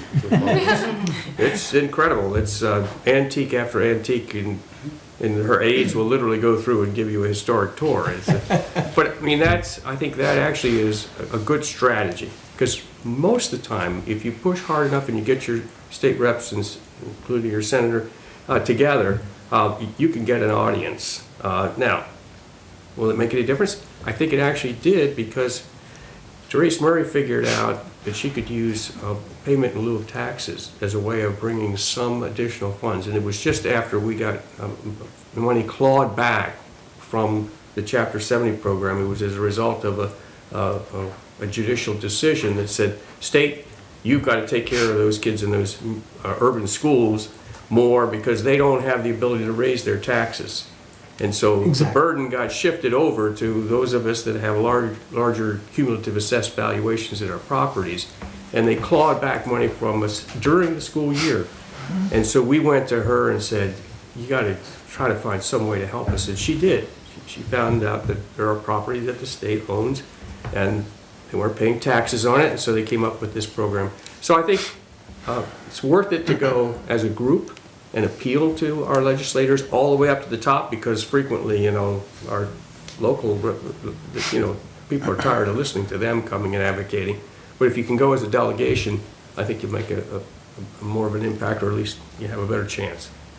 Good thought. Jen? I just wanted to make mention that targeting Chapter 70 and the formula is very, very important, but also maybe not as important, but it's very important to target is your charter school assessment and your Yes. and your revenue, because that goes hand in hand. I mean, you'll get more in Chapter 70, and then all of a sudden your charter school assessment's gone up more than 3 times more than what you've received in Chapter 70. So I think that needs to be part of the discussion as well. There looks to be down the line that there's going to be some adjustments with charter schools. I think the first year the student goes there, it's 100% that the district has to pay. And then I think then there's a formula, second and third year, at 60 or 40%. So it does drop off. And so in the long run, that'll help. But the reality of it is I'm not sure when that starts. I've done a little bit of research, but obviously not enough. It's somewhat complicated. It's complicated when you read it, and you really have to do the numbers and really sit there. But that's what happens from year to year. And actually, the Mass Municipal Association, that support the lobbying effort for the Mass Municipal Association understands that formula and has been lobbying to change that formula as well. And they actually came up with a really good article that Sam distributed. It was in the Beacon about that. So I just wanted to mention that with Chapter 70, really we want to look at the charter school as well. Yeah. John? With all due respect to my colleague, I diverge from that a little bit, and I'm more of a Samuel Adams guy. A, because he went to the same high school as me, and B, because of his beer. But as far as to really, and to Jennifer's point too, about the formula itself, and one of the things out of the legislative breakfast that we had was that we're going to get together with our legislators and really kind of understand what that formula is. Because, I mean, I'm all for throwing a life jacket to one kid, but I don't want to throw an anchor to another kid. And want to really understand that. I think minimally, for us to understand where are those funds coming from, and then where are they going? We know where they're going to because they've outlined it, and that's fine. But then where are they coming from? And I don't think in good conscience I could say, oh yeah, I'm all for this, especially when it makes a minimal, if anything, impact on Falmouth, which is our main goal. And that's my point on that. Say. Well, I think you should be broader Because if we can actually help lift Chapter 70 for all of the municipalities across the state, that would be a very valuable contribution to the vitality of our youth. But I think it's also important that the case you build really has to be strong. And I would say not just Chapter 70, but the circuit breaker too. Because, I mean, to me, the state, you know, basically demanded that we provide that kind of support for special needs students. And then, you know, what did I think the most we ever got was 70% of the cost for actually putting those programs together and implementing them. And we're still paying for that. And it's been a long time since that law was laid out. So, but I do think when you go, you really have to put together the solid case, and particularly the kind of challenges that families are facing today, the opioid problems, the alcoholism, you know, the vaping issues. I mean, it has a tremendous degenerative effect on the families that support these youth, and that has an impact on the school program. And I think that's the only way we're going to get some kind of resonance with these guys at the top, you know, who have delegation after delegation coming in there asking for more money for their particular needs. But I think it can be done, and I think it's the responsible thing for us to do. Doug?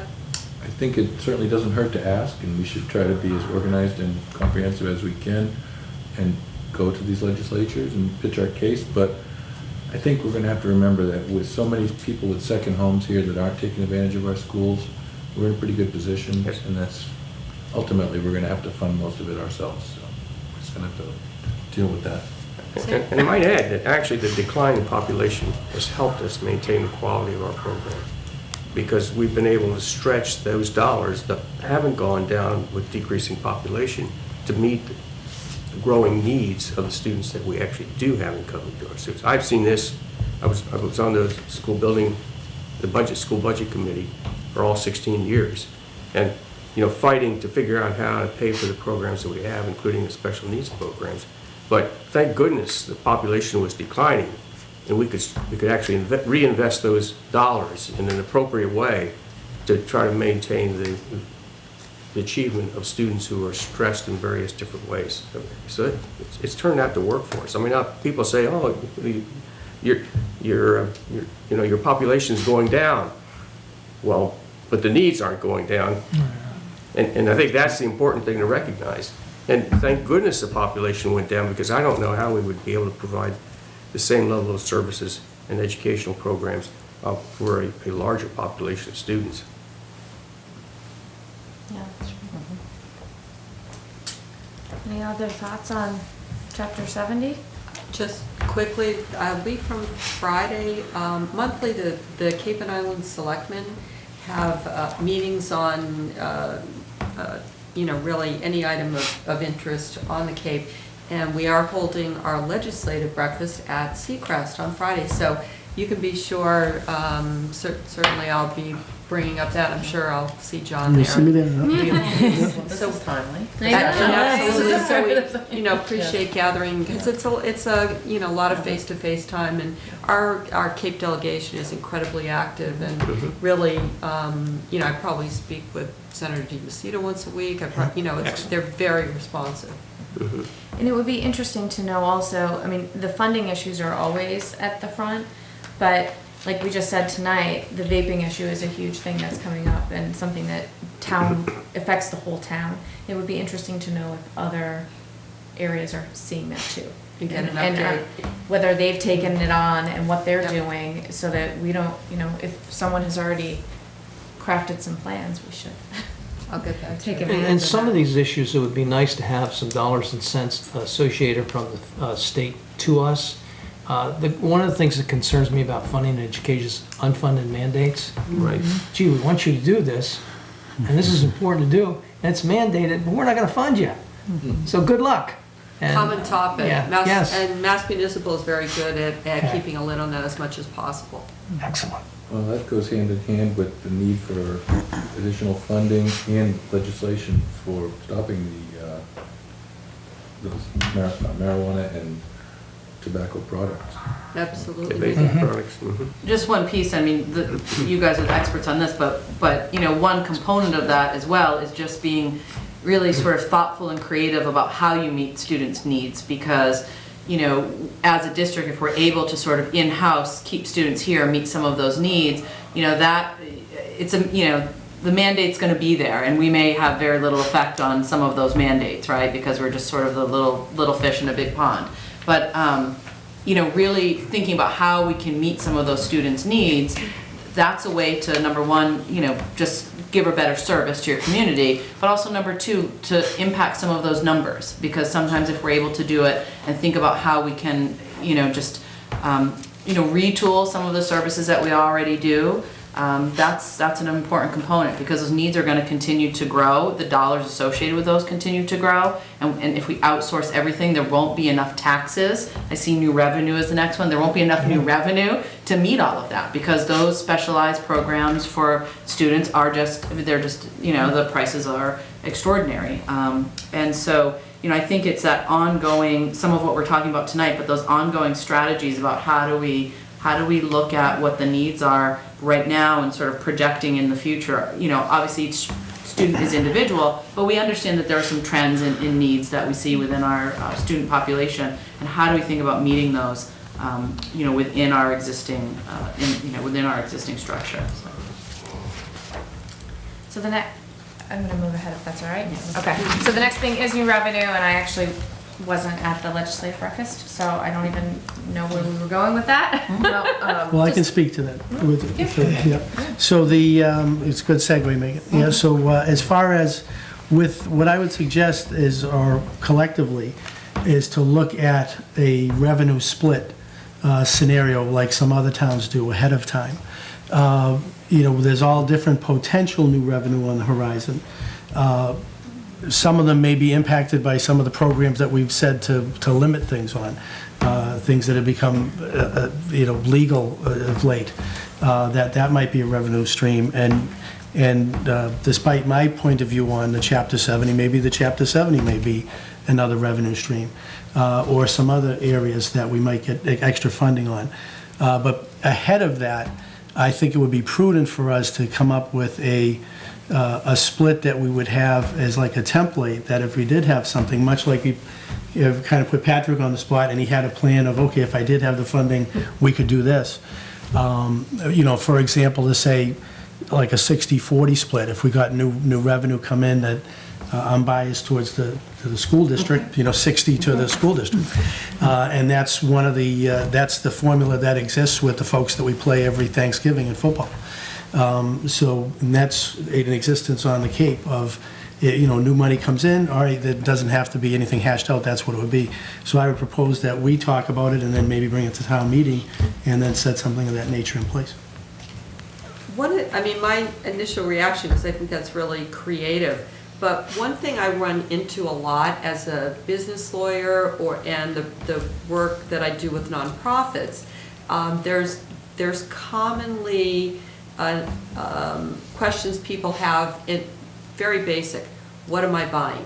So I think what would be helpful with that sort of scenario is to have some, like a shopping list of programs, so that folks know ahead of time, it almost a program by program or initiative by initiative, or really attach it to, what's going to be the bang for the buck. I think to actually have it be concrete for people would make it a much more attractive proposal. So that's just, kind of an interesting, based upon my experience of selling things, Cool. Legal advocacy. Megan? I'm just looking at we have 2 minutes for this topic, so one other thing I would say is just more long-term, thinking about the properties that are in the control of the school department, and thinking about sort of long-term usage. I know we just had this long conversation that we don't have extra space, right? But if we're thinking kind of long-term, how are there ways to sort of use some of the school properties in ways that generate revenue long-term, right? So I don't know, I'm not going to propose any to you, but there's a lot of property that's sort of under the control of the school department, and other property that's under the control of the town. And are there ways that we are going to develop that or utilize that? And is there a possibility for any kind of source of revenue that can be kind of designated or earmarked for specific things that because I think Sue's correct that people are generally leery of kind of like just a generic this rolls over, but, looking at how those monies can be funneled to particular programs or particular needs down the line, so. It's a good way to market the idea too, because it brings home, what does it mean to the kids? What does it mean to the property values for every single person in town when you have an incredibly successful school system? I mean, we all share in the benefit. Yeah, absolutely. What if you proposed an override for funding to put solar panels on your schools? Then you could reduce your electric bill, and that's new revenue. I think the voters would go for a creative idea like that. Good example, Sam? I think you got to be careful of how you fund it, because we have found, I think, that an override is a much harder thing to sell than a capital exclusion, right? Yeah. Like the Lawrence Windows upgrade, for instance. Right. We were able to convince people that it's worth selling, but that was a finite amount of money to be invested. And if you tried to do an override, that was the wrong term. Yeah, just so we understand, there's a difference in. Yep. First of all, I just wanted to, I come to Falmouth, and I think that the town is extremely generous and thoughtful about supporting the school district. I'm proud to be here, and I think that Falmouth does a great job at figuring out those funds and meeting the needs of our students. I would love the opportunity, Sue, if we could talk about future growth, because and talk about together, what do we want our school systems to look like, right? So, I mean, there are, we lack the number of languages that we offer and different grade levels, right? There are some voc programs that would be great options. Our community has spoken, they want more music and science offerings. We want, so, I think a kind of we can put something together to kind of talk about those, which in the current budget, which is very generous, I don't want to say, but to Sam's point too, where it costs more, right? I mean, we go down in students, but it costs more to educate or meet the needs of those students. But I would like an opportunity for us to think about, what do we want our schools? What kind of offerings do we want? We want to be able to be competitive. When our school, our students leave our schools, we want them to be competitive with other schools. We do a great job, and I think our students are competitive, but I think there are programs that students want, that parents want, and I think together we got to kind of define what does Falmouth Public Schools look like, right? And have those opportunities. So I think that would be a great future joint committee meeting discussion. And when you said that, I kind of got a visual. Everybody, most people have gone to the parent-teacher meetings, and you sit in a little kindergarten chair, and you're having this discussion, and you're listening to the teacher. But to Patrick's point about furnishings. Okay, so you have educators, many greater levels of education, and and the comfort level of the setting, the colors and the shape of, is the painting up to date? Is everything, the pride of kids when the school looks great? Town meeting voted to, replace chairs that, had been there from the beginning of time, and everybody's back doesn't hurt, and in other words, it's almost like inviting, but to get to the point. So parents get it, kids get it, but the whole public doesn't necessarily have an opportunity to come in schools. So to actually do like a build a school program where you kind of, and some of it may be a little fun, or sit in this chair versus this chair, and kind of just really letting all of the property owners and voters in town know what it looks like from inside the school, and what would what's important, and what would you do different, so that I think it's a really good. That's our next listening session. Yeah, right. The next listening or community activity, community. We could do a joint listening session. Yeah. So does everyone know the Board of Selectmen does different topics, and we get them from the community, so that would be a great idea. We'll invite them to the place with the crappiest furniture. Take your pick. But I think, I think there's also something to that the things that we are dealing with in the schools have direct implications on the town. And so when we're talking about kids with anxiety and depression and are turning to self-medicating with substances, we know that there are things that you can build in that is not reactive. So schools that have lots of art and music and hands-on science, those are all things that help combat that. But we can't build that in a preventative way because it takes new money to do that. And because those things directly impact our whole town, those are things that we should talk about together and prioritize how and what might be down the road. Also, yeah, I think absolutely. I think certainly one of them that would resonate with people is the whole social and emotional wellness issues of how you make sure that students aren't becoming disaffected, because we see on the news all the time of shootings in various schools across the country.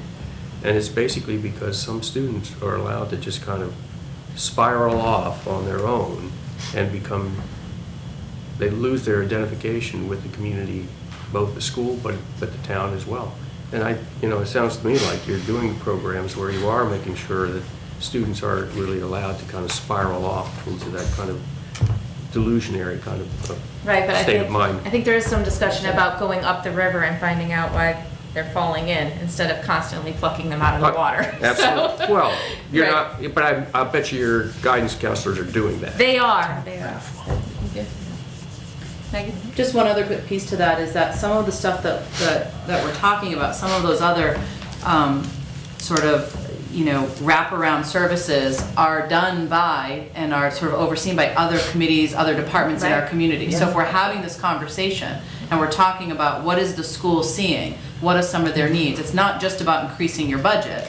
It's also about collaborating, and I know this happens already, but it's just increasing that and letting the public understand some of those other resources and other services provided by the town through committees and other departments that directly touch on all of these. We have many ways to touch families in our community in different, whatever, not just in crisis, but also just in sort of support and going forward. So it's not just about, it doesn't just have to be, that's what I'm saying about the creativity and the collaboration. It doesn't just have to be about, dollars and cents, which is always going to be a battle and we can always use more, but it's about sort of that, some of the stuff that we're doing now, but kind of building on that and letting the community understand those resources that are there that some folks aren't even aware are there for them to access.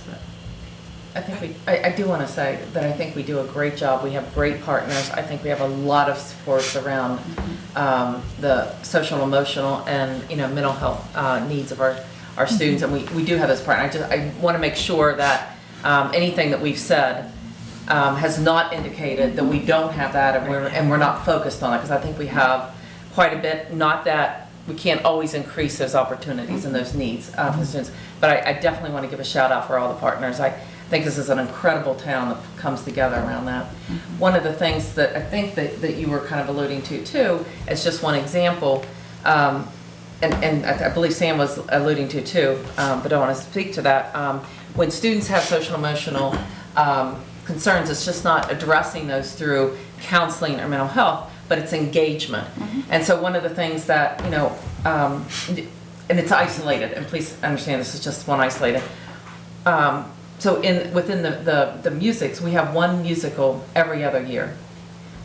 Every other district around us has a musical every year, and we just don't have the staffing. But engagement and I think that's what you were talking about, the music and so it's not just the supports around the social emotional, but having students engage in things they love, and that's certainly just one avenue. But I've been surprised that we only offer a musical every other year, right? And we do a drama on the other, but many high schools offer a drama and a musical every single year. Right, more opportunities for that engagement piece, and so I guess that's the programming also has an outlet for students as well, and so there's the kind of a balance of making sure that we have those opportunities. John, did you want to say something? Yeah, I just wanted to say, to close the loop on the discussion of the percentage. So were folks averse to setting up, I know we had other ideas there, but would you be averse to setting up some sort of a percentage that if we did get $10 million or something in, that that would be in place, or did you want to do it in an ad hoc basis as things happen, or? I've got a list of things that, in putting this agenda together, we were kind of agreed that this was going to be initial discussion and move forward, and that's one of my starred topics. Okay, cool, thank you. Did I mention that the school district has always had a really close working relationship with our Human Services Department? Because it isn't just the child, there's a family behind that child, and typically that's part of why they behave the way they do, or why they think the way they do.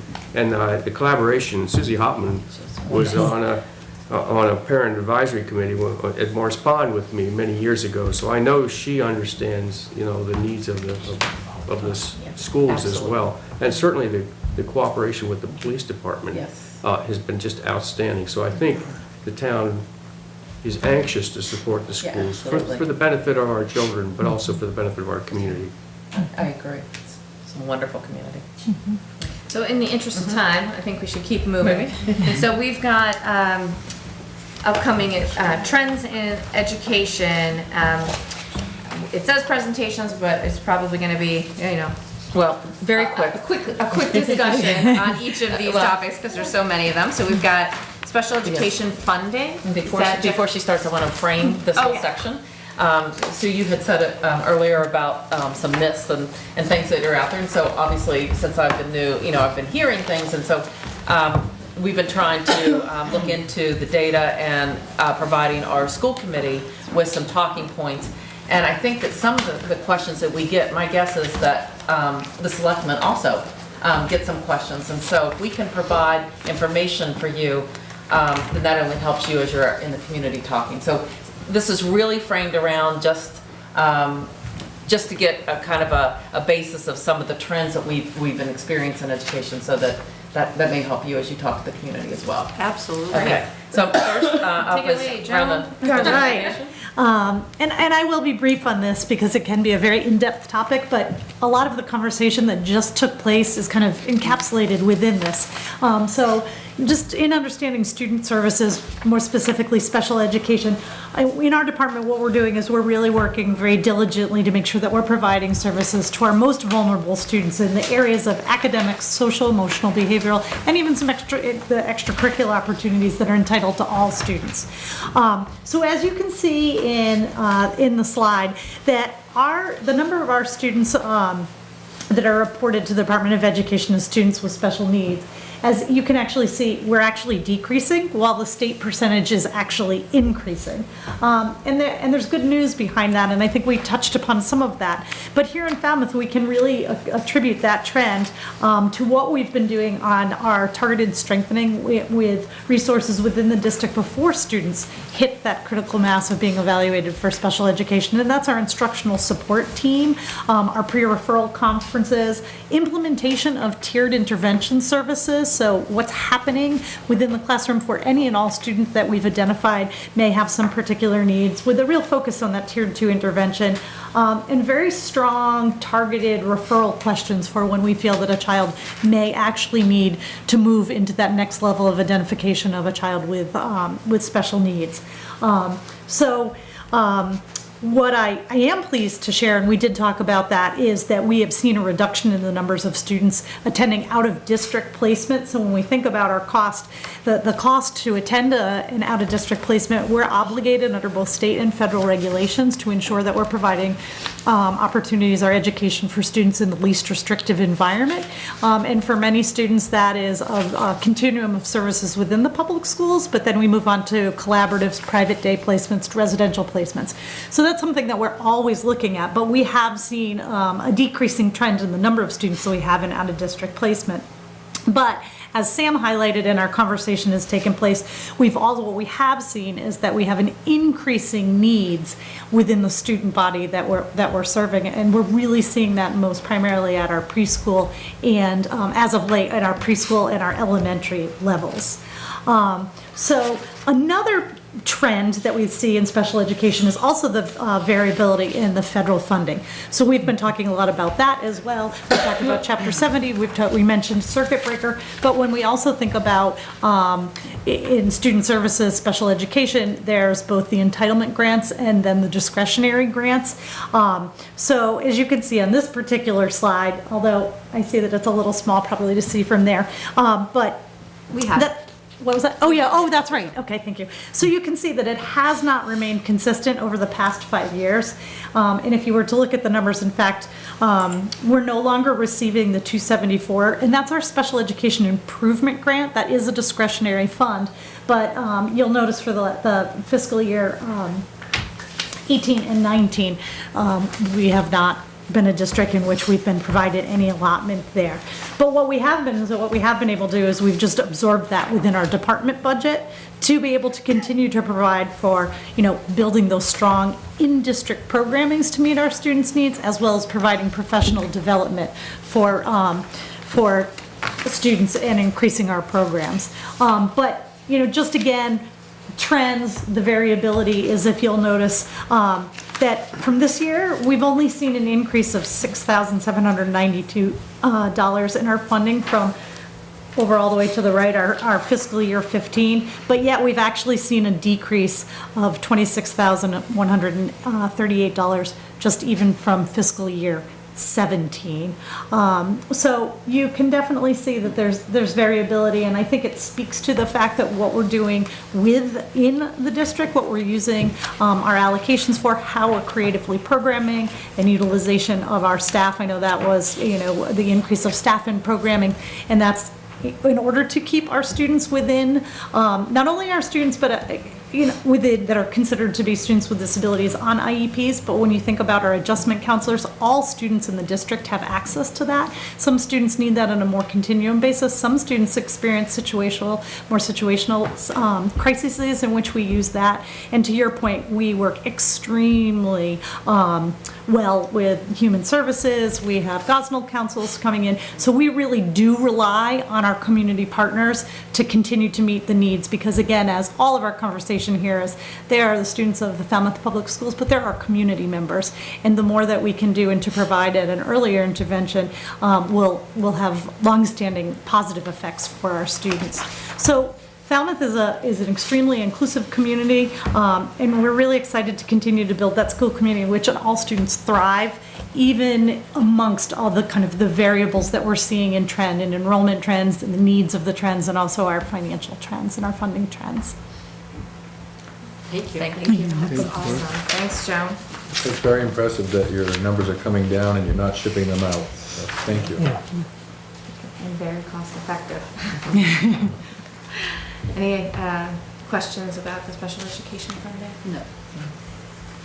Great. ELL, are you taking this one too? Actually, Sonia's taking this one. Okay. So as we build on the premise with which Joan finished, we do recognize that our community is highly inclusive, and that the makeup of our student enrollment is shifting within that definition of inclusivity. So what I provided here, and perhaps better seen as Joan pointed out on the table in front of you, is a chart mapping out the number of students by percentage in the first column whose families have told us in their enrollment survey that their first language at home is not English. Followed by the second column of then the students from that process who I actually identify as English language learners and are receiving services in some fashion in the school system. And one of the things that we've noticed over time is that gap is closing. It's growing in both areas, but the gap is closing, where we're finding increasingly common that students whose families do not speak English as a first language are also identifying as English language learners. And what the state is requiring for the level of services puts us in a two-part model, where we're hiring an increasing number of staff who are providing English language development services under what would be considered an ESL model, but also the implications on licensure for all of our educators under the Sheltered English Instruction or Sheltered English Immersion endorsement. And what we're trying to do to bring those teachers together and to develop their professional capacity, where, slightly over a decade ago, we might have had a handful, a dozen students across the entire district, and we're now qualifying for the first time this year for Title III entitlement or federal funding to support instruction for the students, which is also only allowed to be spent in a very restrictive manner across 3 particular areas. And it cannot be spent in any way to fund anything that the district's required through regulation to provide itself. So it's only to provide services above what's required. The yellow bars were just to highlight that 10-year trend. So if you isolated the lower part of the table, 2008 and compared to 2018, you can see the dramatic growth from 0.9% of our population to 3.1%. Could I ask you a quick question? Percentage of English language learners, does that relate to just the kids or is that the family? It's relating to the family in the first column, how the family identifies upon enrollment, but the column to the far right is the student, the individual student, and whether or not that student, once enrolled, receives services. And even if they exit services, if they reach a proficiency level, we're still required to monitor them and potentially pull them back into services for 4 years. So it's an impact over time.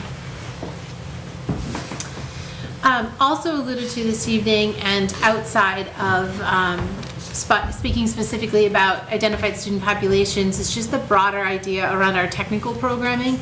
We have 6 pathways that we support at the high school, in part through federal funds through the Perkins grant. And then an additional 2 of our programs, the Design and Visual Communications, affectionately called by our students our graphics program, and then our Early Education and Care, which in the community is typically called the FHS Preschool program. Those are both Chapter 74 endorsed, which is an elevated level of endorsement.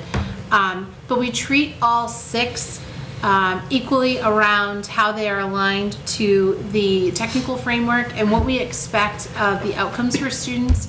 And that's why we wanted to present to you here tonight the technical certifications that our students are earning through those programs.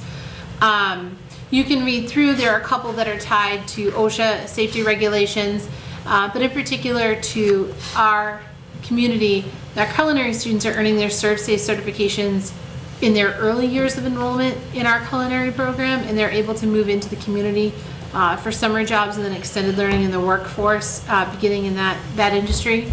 And then we're also, our students are graduating through the Early Education and Care with Early Education and Care certification and can move directly into preschool providers, facilities, and begin work immediately.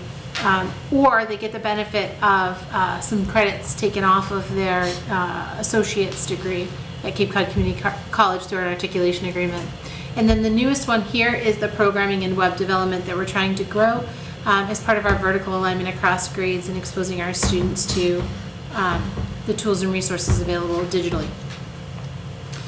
Can I ask what the asterisk is on Adobe? Yes, so the asterisk that we provided on Adobe is that was an initial form of certification that we're looking for our students to have, but it has to be tied to a particular design software. It's not the whole comprehensive suite. So our students are exposed to illustration, they're exposed to InDesign, and then in particular Photoshop, so we drive them towards the Photoshop certification. Oh, thanks. You're welcome. And again, right, this impacts how we use the space because each of these has an instructional component and then a hands-on shop component to them as well. And then I know I'm moving through the bullets on your agenda fairly quickly, but I'll answer questions I across didn't even notice. I was all just 3. staying with you. Thank you. So the final part that I just wanted to touch on in the context of this evening's information exchange is the idea of accelerated learners, in particularly in the earlier grades, and then what that leads to for advanced learning as students progress towards the upper grades. So we have been engaged in a 3-year professional development program for accelerated learners and opportunities for our teachers, which is affecting how students are grouped and what learning opportunities they're exposed to in the early years. So that as they progress forward and they start to get exposed and find their particular interests and skill sets, they have opportunities to enroll in a range of advanced placement courses, all of which are listed here. New coming next year is AP Computer Science Principles. It's the foundational AP Computer Science offering, in part aligned to our work around web development and programming. And then forthcoming, we are investigating and sending a teacher this summer to the AP Capstone, which is a 2-year program that allows students to independently select a research topic that they want to study and pursue, and they can actually do that in small groups, and it can be tied to any subject matter in which they're interested with a faculty sponsor. Is AP Calculus not there for a reason, or? Yeah. Nope, that would explain why I have an empty box when I typed it out, so thank you. That's a very good catch. We have students who take AP Calculus AB in a much larger number, and then we have a much smaller subset who are taking AP Calculus BC. And that is a complement to the students who are also taking AP Statistics, many of whom take both. It's amazing to listen to them walk through that thought process. So thank you for catching that. Yes, thank you. And then increased opportunities for internships. So across the technical domain of the 6 programs we looked at, and then as well as our students' particular interests, we're always looking to grow through our internship program opportunities for students to go out and engage in the community in a really authentic way that leads them either to honing their interests for post-secondary education or specifically leading them into the workforce. So just to kind of tie that all the way through our youngest learners to those that we are forced to graduate and watch them grow up. So how do you do that outreach so the community knows that? I'm thinking, one opportunity, the EDIC, Economic Development, has a website, and we can, if you have some information, we can kind of point folks to that if you'd like. That would be great. And then our internship coordinator also is an educational representative to the Chamber of Commerce, and she's also meeting with the Workforce Investment Board. So I think triangulating that to provide opportunities would be phenomenal. Nice. Thank you. Any other thoughts on Just a final piece. I mentioned the Perkins, which is Fund Code 400, which covers our vocational programs. Title III, Fund Code 180, which is brand new to us this year. And then the Title I and 2A are the predominant federal entitlement funds that stream through our office to support teaching and learning in classrooms. And it's Title I and 2A that are being impacted in the greatest way in terms of what we use to impact teaching and learning. Title I has seen a significant decrease, and that is actually directly funding teachers, in part some professional development and services, but teacher salaries. And 2A is targeted towards professional development and really makes a substantial contribution towards our teacher leadership opportunities and curriculum, as well as our mentoring and induction program to advance novice teachers towards professional licensure. So how are you making that up? So one of the pieces is actually the introduction of Title IV, and one of the things that the federal government allows us to do is flex funds. So even though there's a particular spending stipulation around Title IV, by being able to flex it to Title II, we've been able to help with the gap in part, and then the other part is really scrutinizing the opportunities we have, making sure the most impactful and powerful ones are the ones that are prioritized. Thank you. You're welcome. Any questions for Sonia? Seamless presentation. Thank you. All right, next. A little focus on our student enrollment that we had kind of mentioned earlier, that it has declined somewhat over time. Over 5 years, we've seen a decline of about 150 students. But just from last year to this year, we have 30 students. If we look, a loss of the 30, but if you look at the next slide, quickly, we are increasing quite a bit over time in our school choice growth. So we are now at 158 students this year that are choicing into Falmouth Public Schools. Wow. Smart kids. Smart kid, that's right. And this is always one that continues to come up about the class size, and we have been able to maintain over time the class size. You can see from kindergarten through grade 4, it's pretty steady anywhere from the 16 to the 18. I know that, again, when I first arrived, that was very important for the community. Mentioned it many times about wanting to keep those class sizes low. So those are actually very nice class sizes. And then at Morse Pond, that 22 to 24 range for 5th, 6th is still a nice class size. That's why your education is so good. It is in part because of that, yes. It's engagement. Yes.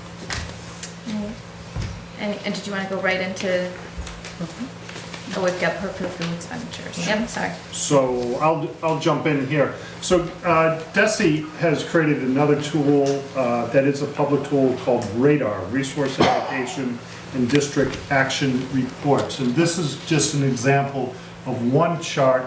The quick report that I did is 15 pages, 40 different graphs. I can send that to you, share that to you. It's very simple to use. And this is a tool, as you understand the theme here, we're trying to provide you tools and education and information to help answer the questions that you get, in addition to just telling someone to give me a call, right? I'm always willing to talk to someone about school budget. But this is one tool that we can use to compare how Falmouth does in terms of how much money it has to spend and the demographics of the student population and how we use this money across a lot of different areas. In just the graph, just the table that I created there, Falmouth is fourth highest. I think the biggest change in the student population over the last 10 to 15 years is really around economically disadvantaged children. That percentage now mirrors the statewide percentage of economically disadvantaged children. And if you go back 10, 15 years, it really is pretty close to double. So, That's right. That's a significant impact on what we do as a school district. But there's plenty of more information where this came from if people do want to dig into district-wide comparisons. I'd be curious about Orleans and Chatham because they're pretty affluent. Not really directly related to us, I guess. Yeah, small districts versus large districts, and you have those kind of comparisons. And Chatham's the Monomoy regional. Oh, okay. Yeah, Yes, right. yes. Yeah. Okay. And Orleans is part of Hence the Barnstable. 200% Okay. district wealth. Yeah. Yes, yeah. Any questions for Patrick on this? No, that's good. Administrative spending? So this is we can break this out in lots of different functional ways, how districts actually spend their money. But we know this is always one of the standard questions that any administrator, any public official gets is, how do they spend their money? Is it being all spent on administrators, right? This is a very simple graph comparing how we spend our funds at a percentage basis on administrative spending compared to other districts and compared to statewide. So we're below the state average in terms of that functional area. When you look at all the functional areas and how they line up and compare them to other districts and to the state, what would you hope we would spend most of our money on? Education. Teachers, right? We do. We're above the average. Is this also from Radar? Same information. Same information. I was just wondering if this Yeah. was one of the ones that they had available. Any questions on that one? All right, who's got Cape and Island trends? Lori? Yeah. So, all right, so to wrap us up, and I know we've been here quite a long time. We knew this actually was a big did rather agenda. well, I think. We've mentioned a couple times that there was a legislative breakfast for our school committee and superintendents not long ago. And there was a demographer that put together this next handout that you have, and it was just the Cape and Islands trends and implications. And it's really too much information, I think, to actually get in. What I really, I wanted to make sure that you had the information, so we'll share that with you to kind of digest over time. And I think that it might be a good conversation to have, for another meeting. I think that a lot of times the superintendents are being asked, well, there is a drop in enrollment, what are you going to do about that? And among the superintendents, we felt like, well, it's, we don't have all the control over that, right? This was definitely a school committee and Selectmen joint strategy again. And I think, but this is a beginning. We just got this a couple weeks ago. Falmouth certainly fares better than many of the other Cape towns, largely because of our location, I think. That certainly helps. But I think that they're, to actually kind of understand this and to think about, is that something we are concerned about? A drop in enrollment. Sam certainly made another point about that. That's something to think about. But is this even a topic of discussion, that we want to move forward with? It doesn't really change things for you. A 1 or 2 kids less in the class, you still got to deliver the service. Absolutely. Yeah. But it is a symptom of affordable housing issues and employment, and so it's so connected to the whole town for sure. And you're right, common issues, when we go back to sustainability, I mean, this is, we're all in this together to grow the community that makes it most attractive for our kids to stay here. And I mean, so Megan, did you? I'm just kind of, I know, we're kind of past the time, but so one thing, it's somewhat connected to kind of trends and some of the other things that we just looked at, which was a really, really helpful overview. But something I'd love to kind of hear more about and maybe explore more later is just sort of how are we, we talked about some of the other, how we're meeting sort of some of the other needs, both academic and sort of emotional, social. One thing I'd love to hear more about in another meeting is sort of how are we integrating the topic or the, throughout our curriculum, and can we do a better job around issues around sort of cultural literacy, diversity, and that does connect with some of the trends that we see in the changing demographics. It also touches upon sort of health and emotional development of children, and really kind of respecting where different children are coming from, and how are we really putting that into our services that we provide, both academically and in the other services. And it's not for tonight because we're past it, but I'd love to kind of at another meeting look at that and how the community, how the board can support that, or what ways that we are growing and just being mindful of that as we go forward. I think it touches on some of the things that we've heard tonight, but also stands alone. So takeaways, I think the big thing is kind of like the working together and the myth busting. I mean, I just feel like you took that on and really gave a lot of information that people had questions about, and I think that's a really great start. But I really want to charge the staff with, helping the Board of Selectmen move forward on the best way to address the couple of issues that we've touched on in a productive way going forward, whether it's joint letters to our legislators or, just specific, to-dos and get those going, and then look at the bigger picture at the same time. And I think doing this again. Yeah. Yeah, I think it's nice. I mean, John? Just a comment, in addition to, for the nature of this group meeting of both of us together, in addition to a shout out to the town meeting members, I do have to, behooves me to give a big shout out to our finance committee members, who are actually, oftentimes we meet regularly with the budget subcommittee, and oftentimes the FinCom members are the kind of conduit for this engagement, and so kudos to them. I had to share that. Yeah, definitely. Absolutely. Agreed. So I definitely think that we have places to go from here, which is great. Been productive. Yeah, for sure. Any last? But keep up the good work, that's important. Yeah. How do we follow up on the developing a letter to the legislators? The staff will organize a means to put it on the agenda, and certainly, Sam's comments about things, ordering, some things should go to the school committee first, other things we can kind of work on jointly, so that's, it's exactly the plan. Okay. And just one last thing, and it's on sort of the list of things to do to follow up on, but I would love, and I'd be happy to sort of volunteer and work with the committee around this idea of that community engagement we talked about, as we sort of bring the community, not the parents who do come in, and not all of them get to come into the school, unfortunately, but, bringing more of them in, but also the greater community to look at, just so there's an awareness, so we have the conversations about future capital needs and budgets, and Maybe so, a listening session in the school. Yeah, around some of those issues. I love that. I love it. It's awesome. One last question, well, for myself anyway. So it was mentioned earlier that a lot of times when a kid is struggling at school, it's because there's some struggles at home. How do you reach to the family and how do you help them? I mean, how can we help in that department? Because you guys have your limits within your walls. How does that happen? You have a half hour? Well, the human services partnership, I think, is probably.